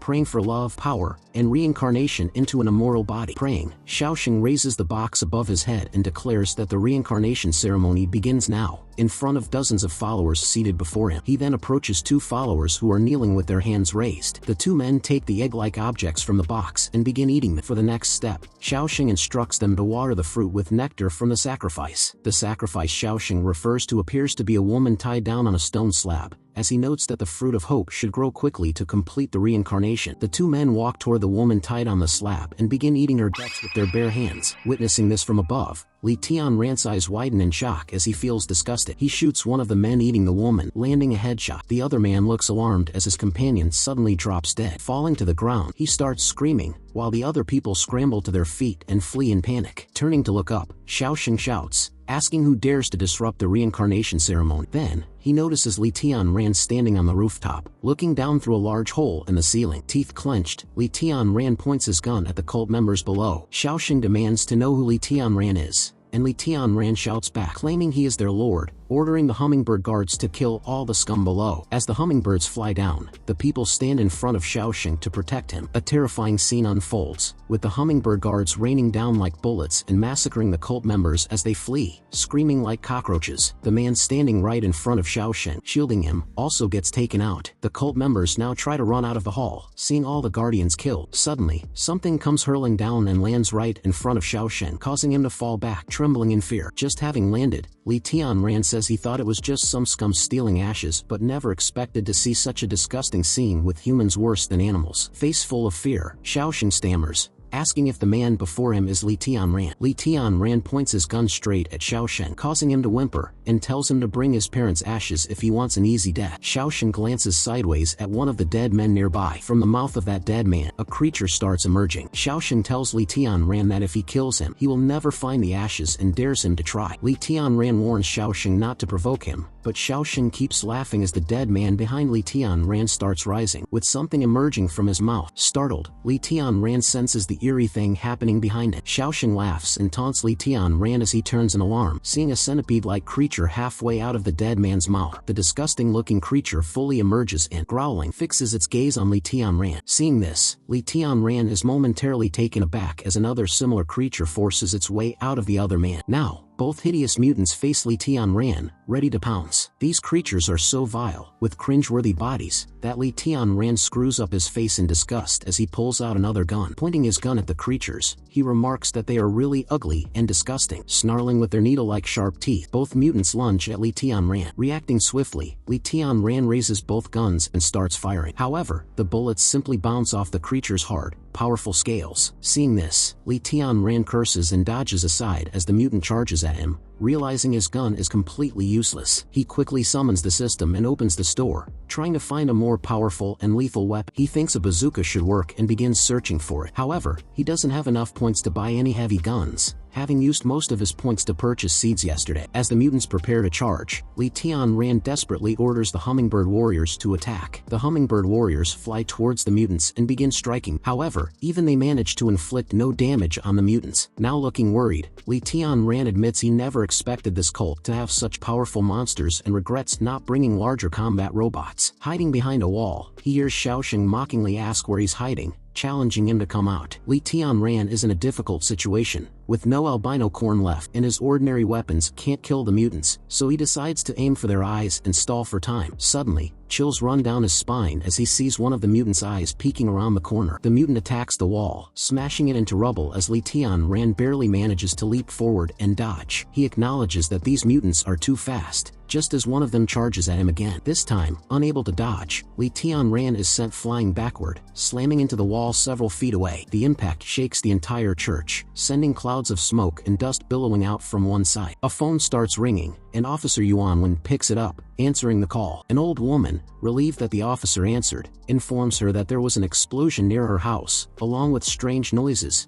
and she begs him to come investigate. She stands on a small hill with her terrified granddaughter clinging to her, overlooking the church where Li Tianran is battling the mutants. Hearing the woman's concern, Yuanwen agrees to come and asks her for the exact location. She then instructs the cleanup crew to follow her to the city outskirts to confront the mutants. They ready their guns and prepare to move out, with Yuanwen warning her team not to underestimate a level 3 mutant beast if encountered. Meanwhile, back in the church, Li Tianran lets out a groan and coughs after slamming into the wall. Bleeding from his mouth, he takes out an ancient medicine-grade tomato, remarking that his ribs are broken, but also noting that he managed to shoot out the mutant's eyes. Xiaoxing shouts, mocking Li Tianran for continuing the fight despite being on the verge of death, and tells him to just give up and become food for the mutants. The mutants, with their jaws wide open, lunge straight for Li Tianran. The mutant crashes into Li Tianran, sending him flying through the wall into the next room, creating a massive hole while getting half stuck in the wall. Li Tianran is thrown backward into the next room. Looking hopeful, Xiaoxing asks if Li Tianran is dead. Seeing both mutants stuck in the wall, he mockingly calls them pigs. On the other side of the room, Li Tianran lies on the ground as the two mutants, still stuck, try snapping their jaws at it. Realizing which room it is, Xiaoxing shouts that the mutants cannot enter that area. Li Tianran admits it was a close call and that he was saved by mere inches. At that moment, a cry for help fills Li Tianran's ears, and in alarm, he turns around to see a dozen or more girls chained together and held captive. All the girls appear frightened, shaking, and sobbing, holding on to each other in fear. Seeing them, Li Tianran realizes they are the good Xiaoxing referred to earlier. Remembering the girl he saw sacrificed and the dozen more captives here, he wonders how many have already been killed. The mutants continue growling and snarling, trying to free themselves. As the wall begins to crumble, Li Tianran clenches his teeth, realizing this isn't good. The girls begin screaming and crying for help as their eyes fall on the two mutants. The mutants are close to breaking free, and Li Tianran knows he can't let that happen. Looking around, he sees boxes lying around the room and wonders if it's a warehouse. Inside the boxes, he spots food, gold bars, and precious jewels, things he never expected to find here. Looking at a statue on the other side of the room, he notices a large sword held by the statue. Li Tianran pushes himself off the ground and leaps toward the statue. Climbing atop the statue, he realizes the sword is a Tang Dao, skillfully forged, making it sharp, strong, and unbreakable. He picks up the sword, grinning, admitting that it's an absolute killer. Hearing the girls scream again, he turns in alarm and sees the mutants are about to enter the room. Worried, he notes that the situation is dire as the mutants push themselves through the hole. Deciding to test the sword, he jumps off the statue and charges toward the mutants. When near them, he swings the sword with great force. Luckily, the sword cuts a large gash on the mutant's body, but the wound isn't fatal, and now the mutant is enraged after being hurt. The mutants finally break into the room, and Li Tianran Ran turns to run, trying to lure them away. His plan works as the mutants target and chase after him. Once he's far from the girls, he suddenly stops and spins around. Facing the incoming mutants, Li Tianran prepares to confront them head-on. The mutants charge at him as Li Tianran raises his sword. Clutching the sword tight, he swings it as the mutants lunge at him. He makes quick, fast cuts on the mutants' hard scales while dodging their attacks. However, he's caught off guard,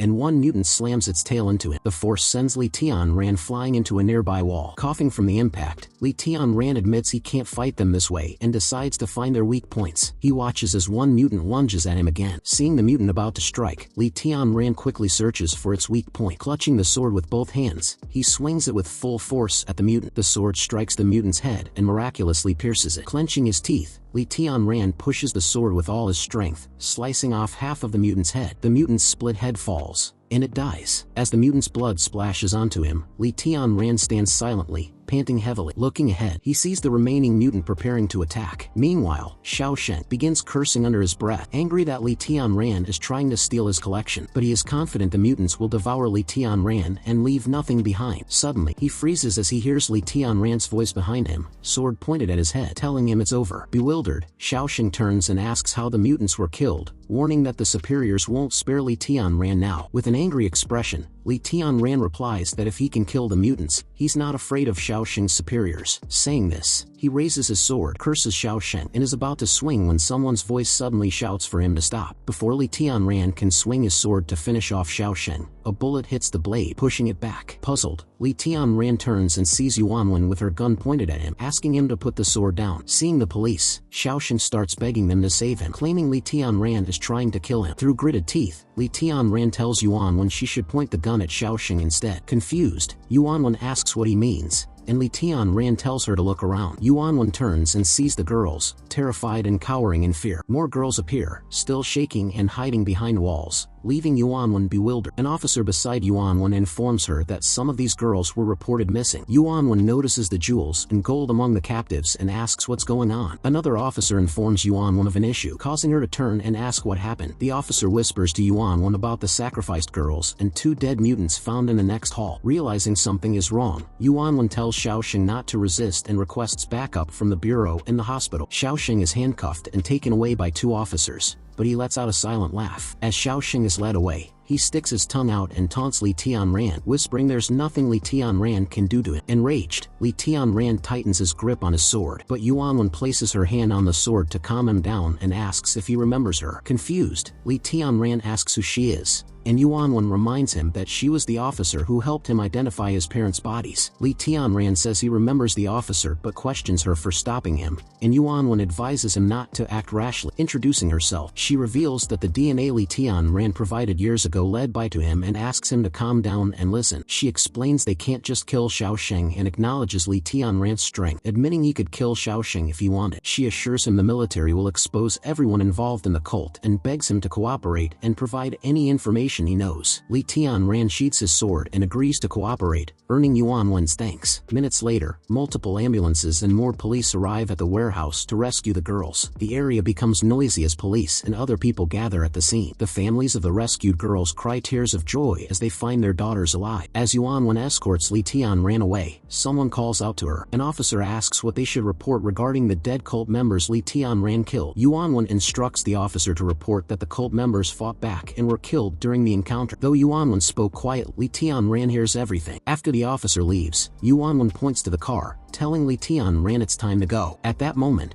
a dead girl's body passes behind Li Tianran, and he sees her lifeless hands sticking out from under the cloth. Touched by the sight, he turns away, feeling bad. Then someone thanks him, making him turn around to see a girl who calls him her savior. The girl, reunited with her mother, smiles widely and says it's because of Li Tianran that she and the other girls were rescued and not sold as toys, offering heartfelt thanks. Hearing the girl mention toys, Yuanwen asks if she knows something. The girl explains she used to be a member of the Self-Help Society but discovered it was evil and tried to escape, claiming she saw the location of their transaction ledger, and Yuanwen asks her for all the details. As the girl, Li Tianran, and Yuanwen continue talking, someone is watching them from a car's mirror. A man with a cigarette in his mouth is spying on them, saying the Holy Lord controls all and orders the driver to drive away. Obeying his command, the police car accelerates away from the scene. scene. Sitting in the interrogation room, Li Tianran yawns and asks Yuan Wen if he can leave since things are settled. He leans back with his hands behind his head, saying he has things to do. Meanwhile, Yuan Wen and a man stand outside the room, watching Li Tianran, and Yuan Wen mentions she doesn't agree with how they're handling the matter. The man next to her says they can't ignore the fact that Li Tianran committed a crime. He points out that Li Tianran has no special authority to take the law into his own hands and kill people. Yuan Wen acknowledges that Li Tianran had no right, but adds that it was only because of him that they found the girls, and asks if the higher-ups have ordered Li Tianran's detention. The man replies that Bureau Yang is waiting for a response from the city council. He adds that it's unlikely the higher-ups will tolerate the presence of a dangerous person like Li Tianran, but Yuan Wen counters that the world has drastically changed. Yuan Wen accuses Chief Chen of panicking over his dereliction of duty. Yuan Wen doubts that sending Li Tianran's case to the leader's desk for peaceful treatment will bring justice to the trafficked and murdered girls. Chief Chen, enraged, points a finger at Yuan Wen, warning her to watch her mouth, reminding her that he's the sheriff, and orders her to detain Li Tianran. At that moment, someone enters the room and interrupts, asking Chief Chen what he's doing. Turning around, Chief Chen sees his superior and nervously asks why he's here. Chief Inspector Zheng Gong, accompanied by Senior Officer Yuan Yi, sarcastically praises Chief Chen for being better at making enemies than catching criminals. Flustered, Chief Chen explains he received orders from the higher-ups, and Zheng Gong asks if they're from Yang Yong or Wang Dongchuan. Ignoring him, Zheng Gong instructs Chief Chen to stand aside and recite police rules 20 times. As Chief Chen mutters a curse, Zheng Gong asks Yuan Wen to take him to see Li Tianran. Yuan Wen tells him that Li Tianran is in Cubicle 03, and they head there together. Li Tianran, bored, whistles casually before noticing the three walk in and confirms his identity when asked. Zheng Gong pulls out a chair and introduces himself as the Chief Inspector of the Handong Provincial Department, surprising Li Tianran with the high-ranking title. Li Tianran nervously notes that having such a high-ranking official involved means he likely won't get out easily, but Zheng Gong assures him not to worry and says he just wants to show him a file. And he pulls out a top-secret file and says the information inside pertains to mutated beasts, which has been brought to Li Tianran. Taking the file and confused, Li Tianran asks what Zheng Gong means by brought to him. Zheng Gong explains that the file is meant for people like Li Tianran. Opening the file, Li Tianran pulls out reports and sees pictures of mutated beasts, all grotesque and terrifying. His face turns to shock as he notices human faces etched into the bodies of the monsters. Zheng Gong explains that they found one of these mutated monsters in the Karangma Mountains 5 days ago, where it was feeding on humans. He adds that by consuming humans, the mutant absorbed their faces and became more intelligent with every second, asking Li Tianran if he understands what this means. Li Tianran deduces that the mutants are becoming more human-like and asks if their genetic locks have been broken. Zheng Gong confirms this, explaining that mutants are no longer limited to fusing animal genes to evolve but have begun integrating human genes to gain intelligence, creating a new species called Beast Kings. He reveals that at least 5 such perfect mutant beasts have been found in Yanhuang, with more to come. Li Tianran asks why he's being told this information. Zheng Gong raises his hand, instructing Yuan Yi, who brings a jar and places it on the table. Inside the jar are 2 eggs. Recognizing the eggs, Li Tianran asks if they are what he thinks, and Zheng Gong confirms they are unhatched eggs that stopped developing inside the 2 cult members after they were shot. After studying these eggs, Zheng Gong reveals that they contain mostly animal and insect genes, but also a portion of human genes. Puzzled, Li Tianran asks what this means, and Zheng Gong explains that there's a high chance a Beast King is hiding somewhere, creating its own kind. Taken aback, Li Tianran asks how the Beast King can hide undetected in the city. Zheng Gong mentions the ledger, prompting Li Tianran to ask if he has found it. Zheng Gong explains that while the Beast King has intelligence, it's not advanced enough to form an organization, implying it may be getting help from humans, though they're unaware why. Unsure, Li Tianran asks why he's being entrusted with this information. Tapping the table, Zheng Gong says that by knowing the situation, Li Tianran can make better judgments. Confused, Li Tianran asks what Zheng Gong means by that. Zheng Gong reveals that Li Tianran's actions have led to the military and police labeling him a criminal. Shocked, Yuan Wen tries to speak, but Li Tianran raises his hand to silence her. Slamming his fist on the table, Li Tianran asks what harm he caused by killing cult members and questions the laws. Zheng Gong, seeing Li Tianran's anger, offers to wipe his record clean if he helps the military police, who are struggling against evolving mutant beasts. Still confused, Li Tianran asks Zheng Gong to get to the point, and Zheng Gong asks him to join them. Zheng Gong promises that even if the military takes over the city, Li Tianran will still hold power. Surprised, Li Tianran asks if Zheng Gong really wants him to join the military police, which Zheng Gong confirms, adding that it would give him official status and protect his family. Silent for a moment, Li Tianran says he needs time to think it over. Handing Li Tianran the sword he used to kill the mutants, Yuanlun tells him to have his answer ready in 2 days, or she will bring the enforcement team for him. Teasing her, Li Tianran asks how someone as beautiful as her could say such harsh words, but Yuanlun simply shoves the sword into his arms, telling him to stop flattering her and join the military. Taking the sword in form, Li Tianran agrees to give his answer in 2 days. At that moment, a group of handcuffed people is led into the station. Catching Li Tianran's attention, he asks if these criminals are the ones recorded in the ledger, and Yuanlun confirms it. Looking closely, Li Tianran recognizes 2 of them. Shocked, he realizes they are members of the Southern City Council. As the 2 men glance at him, Li Tianran realizes the inspector was right, and even members of parliament are involved. He wonders if they're merely buying and selling or have already sided against humanity. Meanwhile, back at the farm, the level 4 divine cherry tomatoes have 62 hours left to mature, and their growth status is good. Li Tianran sprinkles the growth potion on the crops, reducing their maturity time to 32 hours, and asks Li Han if she'll support him if he becomes a military policeman. Though her eyes show hesitation, Li Han says she will support him. Li Tianran notes that he won't be around often if he becomes a policeman, and Li Han, with a gloomy face, says she understands. Loudly, she tells him not to give up on his desires because of her. She recalls how 3 years ago, Li Tianran gave up his job to run the farm with her, saying she's been dragging him down. Li Tianran pats her head, telling her she's not holding him back. Li Han says she doesn't want to always be protected by Li Tianran and wants to grow up and take care of herself. Enthusiastically, she promises to support him no matter what, pointing out that she still has Xiao He and Grandpa Nan to care for her. Pleased, Li Tianran praises Li Han's growth and leaves her in charge of applying the growth potion, making her regret talking too much. Meanwhile, in a dark place, someone is sneaking quietly, avoiding making noise. The location appears to be a prison, set in underground tunnels. In one of the cells, a bald man is silently laughing like a madman, his hands cuffed and his hood dropped back. The man is Xiao Shen, captured thanks to Li Tianran. The person who entered slides 3 eggs through the metal bars toward Xiao Shen. Xiao Shen picks up 1 egg, sniggering as he brings it close to his mouth. Slowly, he puts the egg into his mouth. With a needle inserted into Xiao He's arm, Li Tianran extracts a small flask of blood. Handing the sample to Lan Ning, Li Tianran says it's what he promised for Bai. Looking at Xiao He, Lan Ning questions if he's truly a perfect mutant beast. Noting his lack of imposing features, Li Tianran explains that perfect mutations can take different paths,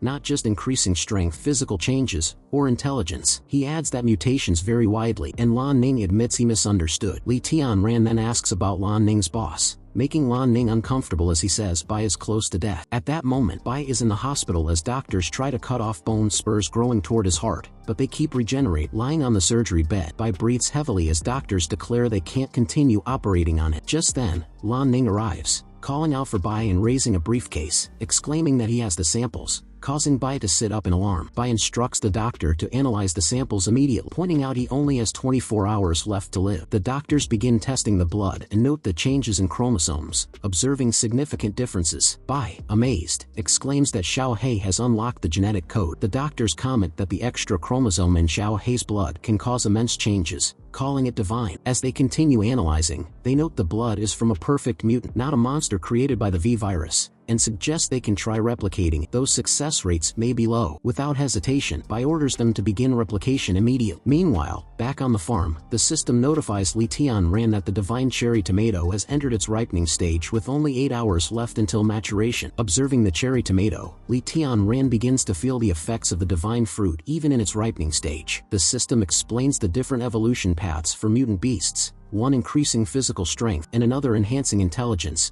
allowing them to manipulate technology. The system describes 2 more paths, one where mutants gain divine-like powers to control elements, with a 0.43% probability, and another where they acquire combat traits from ancient warriors, with a 5.4% probability. Hearing this, Li Tianran is amazed, finding the intelligent and divine paths too tempting. However, he notices the atavistic path has a high probability and fears he may evolve into the weakest type. He asks the system if he can reset his evolution if he turns into an atavistic type, and the system informs him that he can continue eating the fruit until he achieves his desired evolution. Grinning, he realizes he can keep eating the divine fruit until he becomes the ancient divine type. Back at the station, Shingon asks Yuanlun if Li Tianran has agreed, and Lan Ning reports that Li Tianran has promised to send the application form tomorrow. Smiling, Shingon says it's good and notes his trip to the southern side wasn't in vain. Yuanwen asks if he's leaving, and Shingon says he will return after finishing the cult case, as his superiors are pressuring him. Doubtful, Yuanwen notes that Congressman Li and Gua have been arrested for 10 hours without action and urges Shingon to stay in the southern side a few more days, claiming she feels uneasy about the situation. Elsewhere, thousands of small flies form a strange shape, wriggling in front of a man in a suit as if communicating something. The man, with half his face resembling an insect with pincers, seems to understand the message from the flies and says he understands. The next day, Li Tianran swings open the gate and heads out to mail the form he just filled for Yuanwen, but he's alarmed when he sees a pair of dangling feet in the air, with blood dripping near the farm gates. His eyes widen in shock as he wonders who the person is. Suddenly, he remembers the girl who thanked him for rescuing her. She has been killed and hung from a tree. In shock, he tosses the form aside and runs, shouting toward the girl's lifeless body. Turning sideways, Shingon asks if the man before him is the lawyer for Congressman Li and Gua, to which the lawyer affirms. Adjusting his glasses, the lawyer claims he's been commissioned by the Southern Council and is here to handle the case of the two congressmen. Shingon tries to respond, but his phone rings at that moment, prompting the lawyer to tell him to take the call. Holding the phone to his ear, Shingon speaks into it, but his expression suddenly changes as he hears something startling from the other end. Li Tianran sits in silence, his head bowed, looking grim while a woman nearby sobs, crying out for her dead daughter. He is at the police department, having brought in the girl he found dead near his farm. The girl's mother is there as well, crying uncontrollably. He turns his head and sees the lawyer speaking to Congressman Li and Gua as they walk past the door, while the mother continues sobbing. However, hearing the congressmen's names, the mother lifts her head and looks at them, tears still streaming down her face. Smiling, the lawyer assures the congressman that he will take care of everything and tells them not to worry. Laughing, the congressmen both cheerfully respond that they aren't feeling any pressure. At that moment, the mother rises to her feet and calls out to Congressman Li Ting. Li Ting turns to face her and asks who she is. Suddenly, the mother lunges at Li Ting, accusing him of being involved in smuggling and claiming he is responsible for her daughter's death. As she strikes Li Ting, he recoils in confusion while the mother screams for him to bring her daughter back. Fighting back, Li Ting kicks the mother, sending her flying backward with a scream. Seeing the woman fall, Yuanwen rushes over, asking if she's alright. Even Li Tianran quickly stands up, shocked by the scene unfolding before him. Holding the crying woman, Yuanwen angrily demands to know how Li Ting could use violence in a police station, especially as a criminal. The lawyer interjects, reminding Yuanwen that it was the mother who attacked his client first, and Li Ting was only defending himself. With a sly smile, the lawyer warns Yuanwen to watch her words,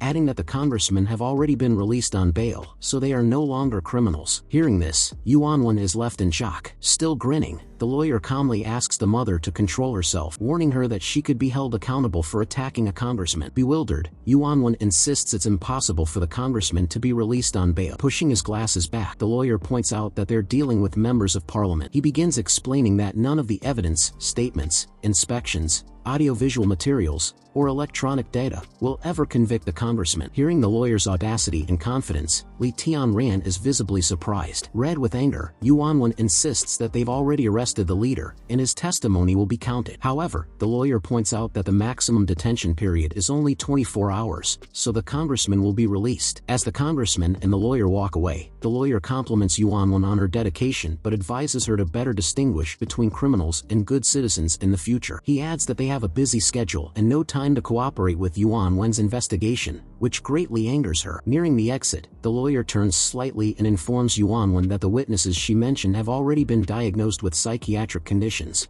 making their testimonies invalid. Clenching her teeth in rage, Yuanwen warns the lawyer not to think this is over, vowing to keep a close watch on the congressman. The lawyer laughs and claims that the release was a direct order from the Ministry of National Security, suggesting Yuanwen verify it herself. He further reveals that the witnesses will soon be transferred to the southern side's 4th hospital, shocking Yuanwen. Still smiling, the lawyer notices Li Tianran staring at him with an intense, menacing gaze, causing him to quickly look away in fear. The three of them get into the car outside, bid Yuanwen goodbye, and drive away. The mother begins crying harder, lamenting that her daughter was right. They will never bring down these powerful people as Yuanwen tries to comfort her. The mother wails that if even the military police can't sanction the congressman, no one can. At that moment, a piece of paper floats in front of Yuanwen's eyes, startling her. She catches the paper and realizes it's a form, and looking ahead, she notices more pieces of the form, likely torn by Li Tianran before he left the station. Meanwhile, Li Tianran rushes back to his farm and finds that the level 4 divine cherry tomato tomatoes are ready for harvest. Without wasting time, he harvests around 2.5 kilograms of the crop, grabs a handful, and angrily bites into them. Driving down the highway, the lawyer in the driver's seat tells the two congressmen that the situation has been suppressed and suggests they work together to pacify it. Smoking a cigar, Li Ting replies that they know what needs to be done. He adds that low-class people can be easily dealt with using condolence money and supplies. Grinning evilly, Guo Xianjun says controlling online opinion and using reporters with a press conference will make people believe their lies.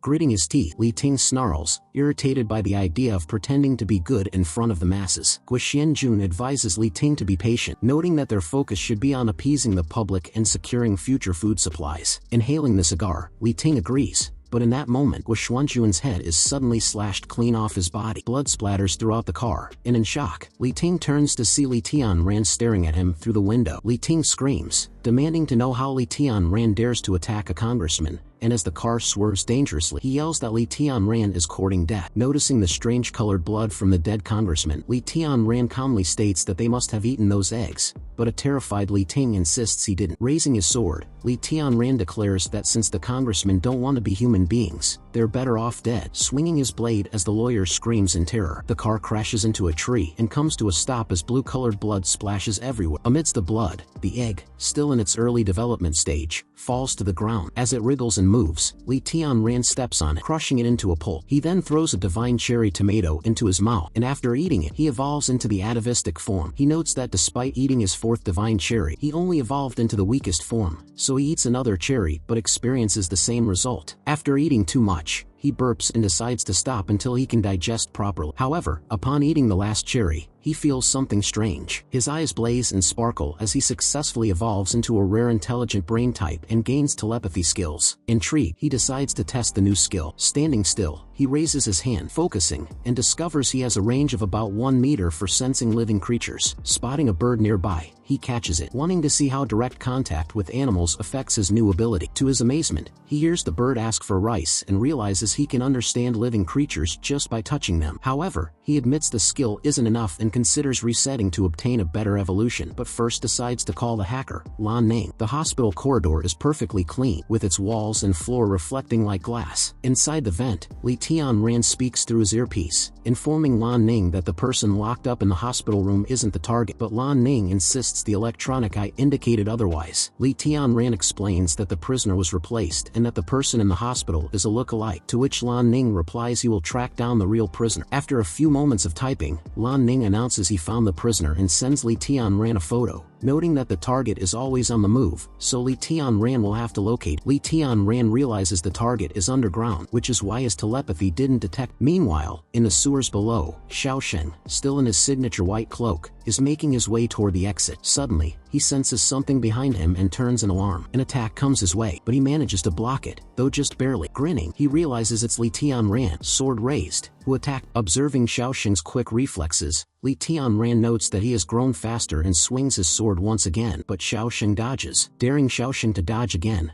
Li Tianran swings his sword and this time cuts Xiaosheng's right arm clean off. As blue blood splatters across his face, Xiaosheng struggles to keep his composure. In a swift movement, Xiaosheng leaps back like a ninja, jumping across the sewage to the other side. Once safely across, he starts smirking. Li Tianran asks if Xiaosheng plans to run away, while Xiaosheng continues grinning. Lunging at Xiaosheng, Li Tianran raises his sword to strike, unaware of the thousands of fly-like creatures swarming toward him. Surrounding his sword, Li Tianran raises his sword, ready to strike Xiaosheng, when suddenly countless fly-like bugs swarm around him. Startled by the bugs, he quickly shakes his feet to fend them off. At that moment, a large figure appears behind him, holding something glowing in its hands. It's a man-like giant bug, who apologizes to Xiaosheng for being late, explaining it took time to adapt to his new body. Li Tianran swings his sword rapidly, trying to disperse the bugs surrounding. He then leaps to the other side, landing right in front of Xiaosheng as the bugs follow him. With one hand still missing and dark circles under his eyes, Xiaosheng remarks that he doesn't have time to punish anyone right now. Noticing Xiaosheng's missing hand, the bug man looks shocked. Grinning, Xiaosheng says he's about to evolve, so the injury means nothing to him. Li Tianran charges forward, and to the Bugman's horror, swings his sword directly at Xiaosheng. However, the sword doesn't hit Xiaosheng but is blocked by the thousands of bugs forming a shield, absorbing the impact of Li Tianran's attack. Seeing the Holy Lord under attack, the Bugman becomes enraged and charges at Li Tianran. Suddenly, Xiaosheng stirs the air around them, causing a violent current. The powerful gust affects even Li Tianran, who struggles to keep his balance. Xiaosheng escapes and reappears behind the Bugman, complaining that the bugs covered him, to which the Bugman apologizes, saying he's still learning to control them. Turning to leave, Xiaosheng orders the Bugman to kill Li Tianran, and the Bugman agrees. Walking away, Xiaosheng reminds the Bugman to leave Li Tianran barely alive, not dead. He explains that living beings are more nutritious for his evolution. The Bugman acknowledges Xiaosheng's command, preparing to face Li Tianran. Li Tianran remains silent for a moment. Then, he speaks, stating that he despises people who boast, before charging at the Bugman with his sword raised. Meanwhile, Xiaosheng, having walked a short distance away, suddenly stops, shuddering as he says he can't hold back and wants to return to Mother. With a satisfied expression, he decides to pupate right then and there. Out of nowhere, thick webs of silk begin to envelop him, and within seconds, he is encased in a cocoon. The middle part of the cocoon starts glowing pink and blue. Meanwhile, back at the fight, Li Tianran and the Bugman are locked in a fierce battle. The Bugman snarls that Li Tianran is proving difficult to handle, wondering how a human could have powers similar to his and dodge every attack. He starts to realize that Li Tianran might be reading his movements, as none of his strikes land. Li Tianran is toying with him, effortlessly predicting the Bugman's every move. Dodging an attack, Li Tianran asks the Bugman if he knows him. The Bugman continues his assault, laughing as he taunts Li Tianran for not knowing his opponent and claims to have given him a gift, asking if he liked it. Hearing the Bugman mention the girl he killed, Li Tianran is shaken. He swings his sword furiously at the Bugman, who catches the blade with his bare hands. Pressing the sword harder, Li Tianran smirks and says that bugs belong in the drain. The cocoon enveloping Xiaosheng suddenly begins to crack open, with rays of light streaming through the fissures. The Bugman, still holding the sword Li Tianran pressed against him, sneers and mocks him, dismissing him as just a mere human. With a face full of concentration and maintaining silence, Li Tianran activates his telepathy skill, causing his eyes to emit a glowing light. He releases sonar-like waves from his eyes, which hit the Bugman, causing him to whimper and groan in response. The waves disrupt the Bugman's vision, making his eyes lose focus and appear as if he is being hypnotized. With the Bugman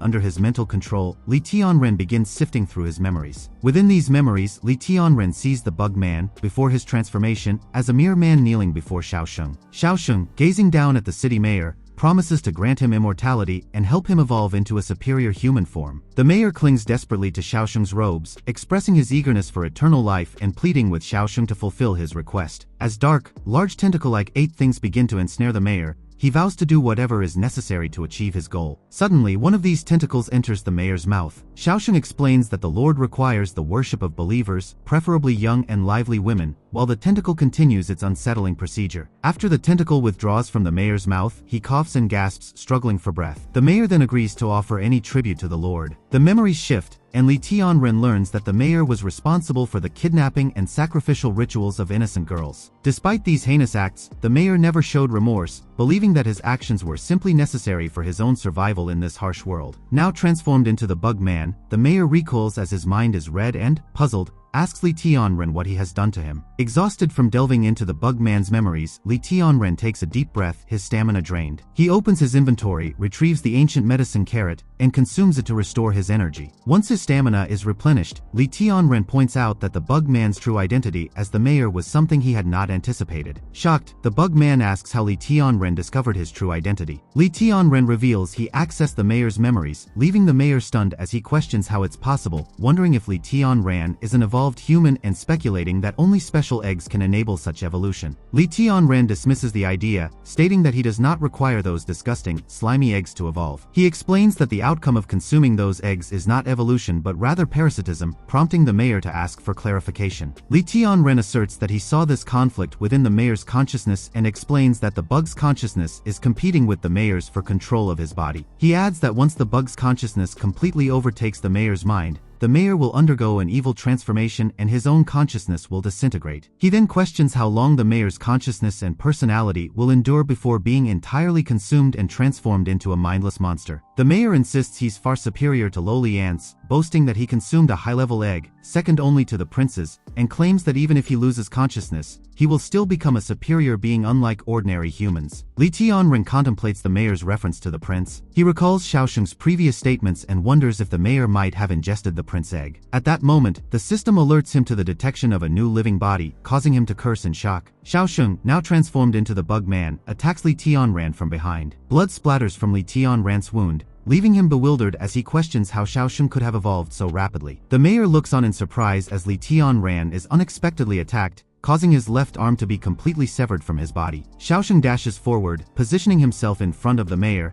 and turns his attention to Li Tianren, who crashes heavily onto the floor. The mayor congratulates Xiaosheng on his ascension as the prince, acknowledging his elevated status. Xiaosheng, with a dismissive tone, calls the mayor worthless for his failure to eliminate a mere human. With a snap of his jaws, Xiaosheng declares that he will handle the situation himself from now on. The mayor informs Xiaosheng that Li Tianren is also an evolver, to which Xiaosheng reacts with surprise at the presence of more evolvers in the southern region. Despite acknowledging Li Tianren's evolution, Xiaosheng points out that he remains a low-level human with no significant physical enhancements. At that moment, the mayor notices something shocking and urgently tells Xiaosheng to look ahead, pointing in the direction of Li Tianren. As Li Tianren chews on an ancient medicine-grade carrot, his left hand begins to regenerate, astonishing both bug men. Observing the hand's rapid regrowth, Xiaosheng exclaims in surprise and finds the regeneration process intriguing. Meanwhile, Li Tianren, struggling to accelerate his regeneration, is concerned about the possibility of the bug men noticing his recovery process. Impressed by how quickly Li Tianren's arm has regrown, Xiaosheng changes his approach and announces he will no longer kill him. Instead, Xiaosheng expresses his desire to obtain Li Tianren's genetic material, believing that Li Tianren must possess numerous secrets. So he proposes making a deal, prompting Li Tianren to ask him to elaborate on the terms of the offer. Xiaosheng explains that as evolved beings, they are superior to humans and suggests joining forces, noting that with the current trajectory, humans will soon face elimination. He argues that low-level humans will eventually become mere food sources for powerful evolved creatures. Continuing his pitch, Xiaosheng adds that only evolved beings will thrive in the new world and offers Li Tianren a choice to join him, suggesting that they could rule together. Li Tianren remains silent,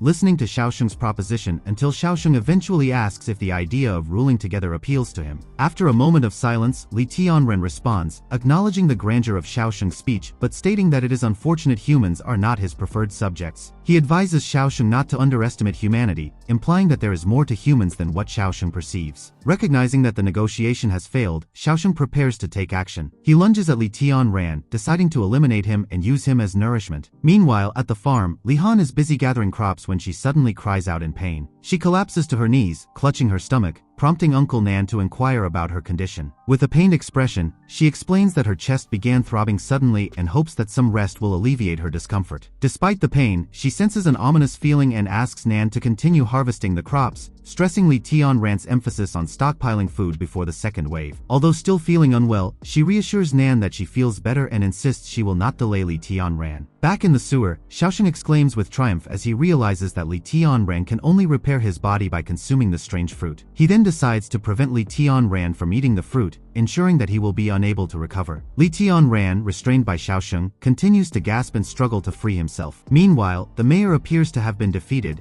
floating on the sewer water with his injured body and groaning in distress. As he starts to drift away in the water, the mayor pleads with Xiaosheng for rescue, but Xiaosheng ignores him and focuses on negotiating with Li Tianren about the fruit. Desperate and ignored, the mayor continues to beg for help, but Xiaosheng remains unmoved and demands that Li Tianren reveal his secrets in exchange for a quick and painless death. As Xiaosheng holds Li Tianren down with his foot, the hummingbird droids continue firing their attacks at him. The bullets harmlessly bounce off Xiaosheng's body, and he TSKs in annoyance, questioning why Li Tianren persists in fighting instead of surrendering. He mocks Li Tianren for using all his resources in vain, explaining that his hard armor can easily nullify such attacks. Xiaosheng comments that while the stray bullets might be dangerous if they hit Li Tianren, they merely bounce off his hard scales and land harmlessly nearby. Annoyed by the incessant buzzing of the hummingbird droids, Xiaosheng growls about the noise being unbearable. He swings his sharp claws with disdain, questioning if these attacks are intended to tickle him. As Xiaosheng's ferocious attacks slice the hummingbird droids in half, Li Tianren seizes the opportunity to issue a command. The droids redirect their fire at the sword's handle. Li Tianren extends his hand as the sword is hurled toward him. He catches the sword just in time and, taking advantage of Xiaosheng's distraction, plunges it into Xiaosheng's thigh. Xiaosheng yells out in pain as Li Tianren pushes the sword deeper,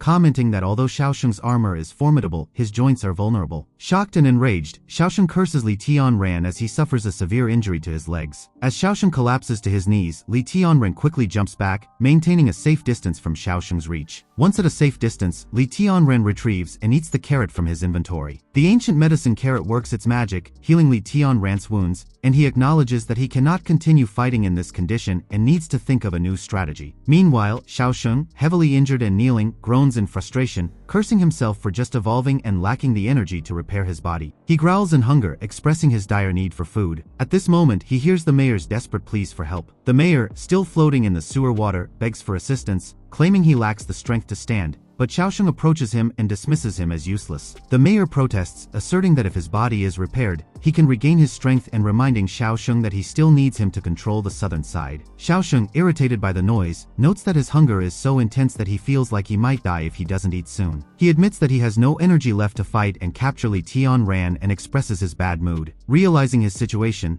the mayor starts pleading with Xiaosheng to spare him, insisting that he can still be of use. Moving closer to the mayor, Xiaosheng reminds him that his primary role was to gather food and now calls him a failure. While the mayor continues to groan in pain, Xiaosheng explains that their mother is nearing the final stage of evolution. Once she emerges from her cocoon, the entire southern region will fall under their control. He adds that once the time comes, his people, the bug men, will be able to reproduce freely. Turning back to the mayor, Xiaosheng states that he is hungry and needs to replenish his energy. He then begins to consume the mayor, who screams out in agony. After finishing his meal, Xiaosheng recovers his wounds and remarks that eating level 3 evolvers was satisfying, leaving him brimming with energy. Meanwhile, Li Tianran, having also restored his energy and healed his wounds, eats a cherry tomato, receiving the useless atavistic type. Disgusted by Xiaosheng consuming his own type, Li Tianran worries that despite eating multiple fruits, he only received the atavistic type. As Xiaosheng turns to Li Tianran, announcing he will consume him next, as Li Tianran hastily pops the last cherry tomato into his mouth. Suddenly, Xiaosheng charges at Li Tianran, catching him off guard. Li Tianran chews the fruit as quickly as possible, realizing that he cannot escape from Xiaosheng's swift attack. Xiaosheng is mere inches away from striking Li Tianran. With their faces extremely close, Xiaosheng raises his claws and aims directly for Li Tianran's eyes.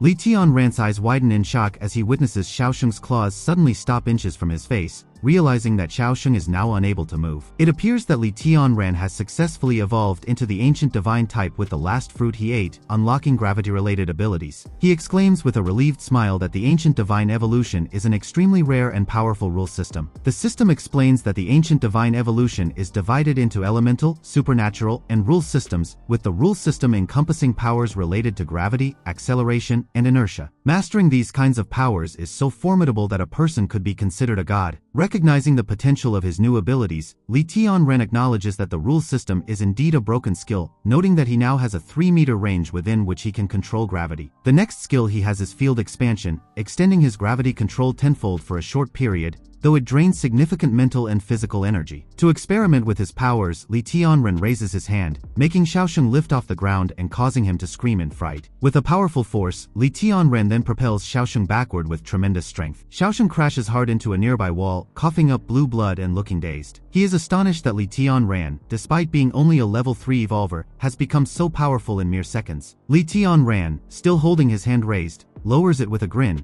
thinking this might be the most potent type of evolution. He raises 2 fingers and makes the rocks around him levitate, noting that his skill is currently at level 1, so consuming higher level crops could enhance his abilities further. Focusing on a particularly large rock, Li Tianran clenches his fist and flattens it effortlessly. Amazed by his newfound power, he admits that the potential of this evolution is beyond imagination. His excitement is palpable as he feels his heart racing and his satisfaction growing, almost addictive in its intensity. Meanwhile, Xiaosheng slides down from the wall he crashed into and falls to his knees. He doubles over, coughing up blue blood and revealing a large wound on his chest. Frustrated, he curses internally, unable to comprehend how Li Tianran became so powerful so quickly. He is also stunned by how easily his hard armor was shattered. Realizing he cannot win, Xiaosheng decides to escape, pushing himself forward with all his remaining strength. He sprints through the tunnel, anxious about the danger he faces. Seeing Xiaosheng attempting to flee, Li Tianran chases after him. As Xiaosheng remains in his sight, Li Tianran raises his hand and points it at him. Xiaosheng begins to feel a force trying to restrain him, so he struggles to run as Li Tianran clenches his fingers in a grabbing gesture. Suddenly, Xiaosheng's left arm is blown off, and Li Tianran curses, realizing he doesn't have full control over his gravity yet. Upon reaching the intersection of the sewers, Li Tianren discovers that Xiaosheng has managed to escape. Nevertheless, he sees the blood trail left by Xiaosheng during his flight. Meanwhile, Xiaosheng makes it back to the lair of his mother, calling out for her. Near the large hole in the ground, he slumps against it, apologizing to his mother for failing her and calling himself a disappointment. He suddenly hears a noise from behind and the wall explodes. Li Tianren emerges through the breach, revealing that he found Xiaosheng and explaining that the sewer's exit led him to the ground floor of the municipal building. Li Tianren realizes that Xiaosheng's actions went undetected by the military because he was hiding in this location. As the mother continues to make clicking noises, Xiaosheng turns to Li Tianren, calling him a bothersome presence. He accuses Li Tianren of ruining his time with his mother. Suddenly, the ground begins to shake and Li Tianren struggles to maintain his balance. Massive legs of the mother start emerging from the hole, and Xiaosheng announces that his mother has completed her evolution, cursing Li Tianren to hell. Fully emerging from the hole, the mother, resembling an enormous ant, emits a piercing screech. With a mocking tone, Li Tianren questions Xiaosheng about the nature of this creature he calls his mother. The mother responds with another deafening roar. Hearing Li Tianren refer to his mother as the thing,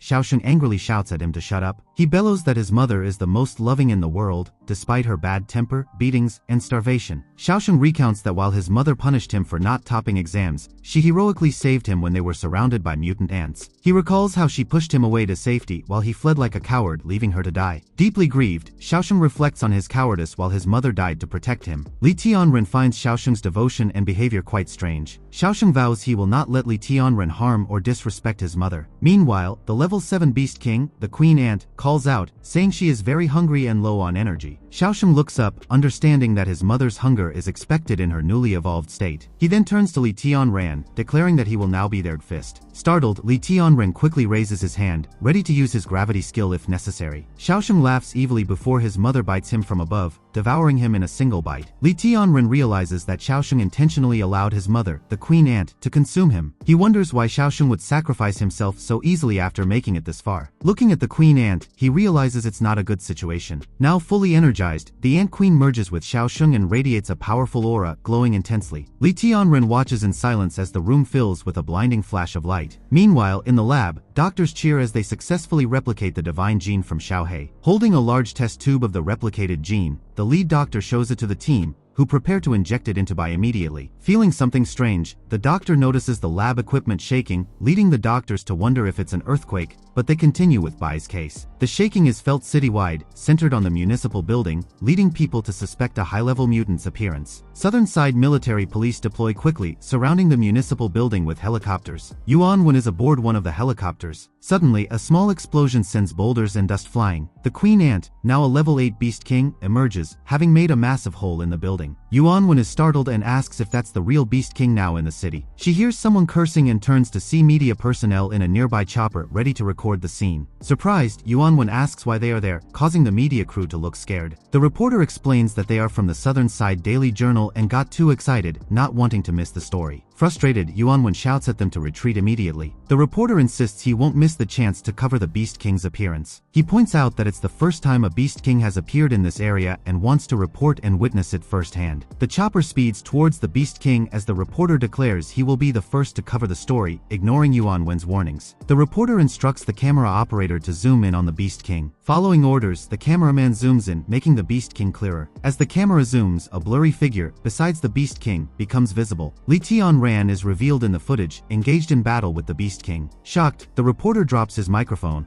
unable to believe a person is fighting the Beast King.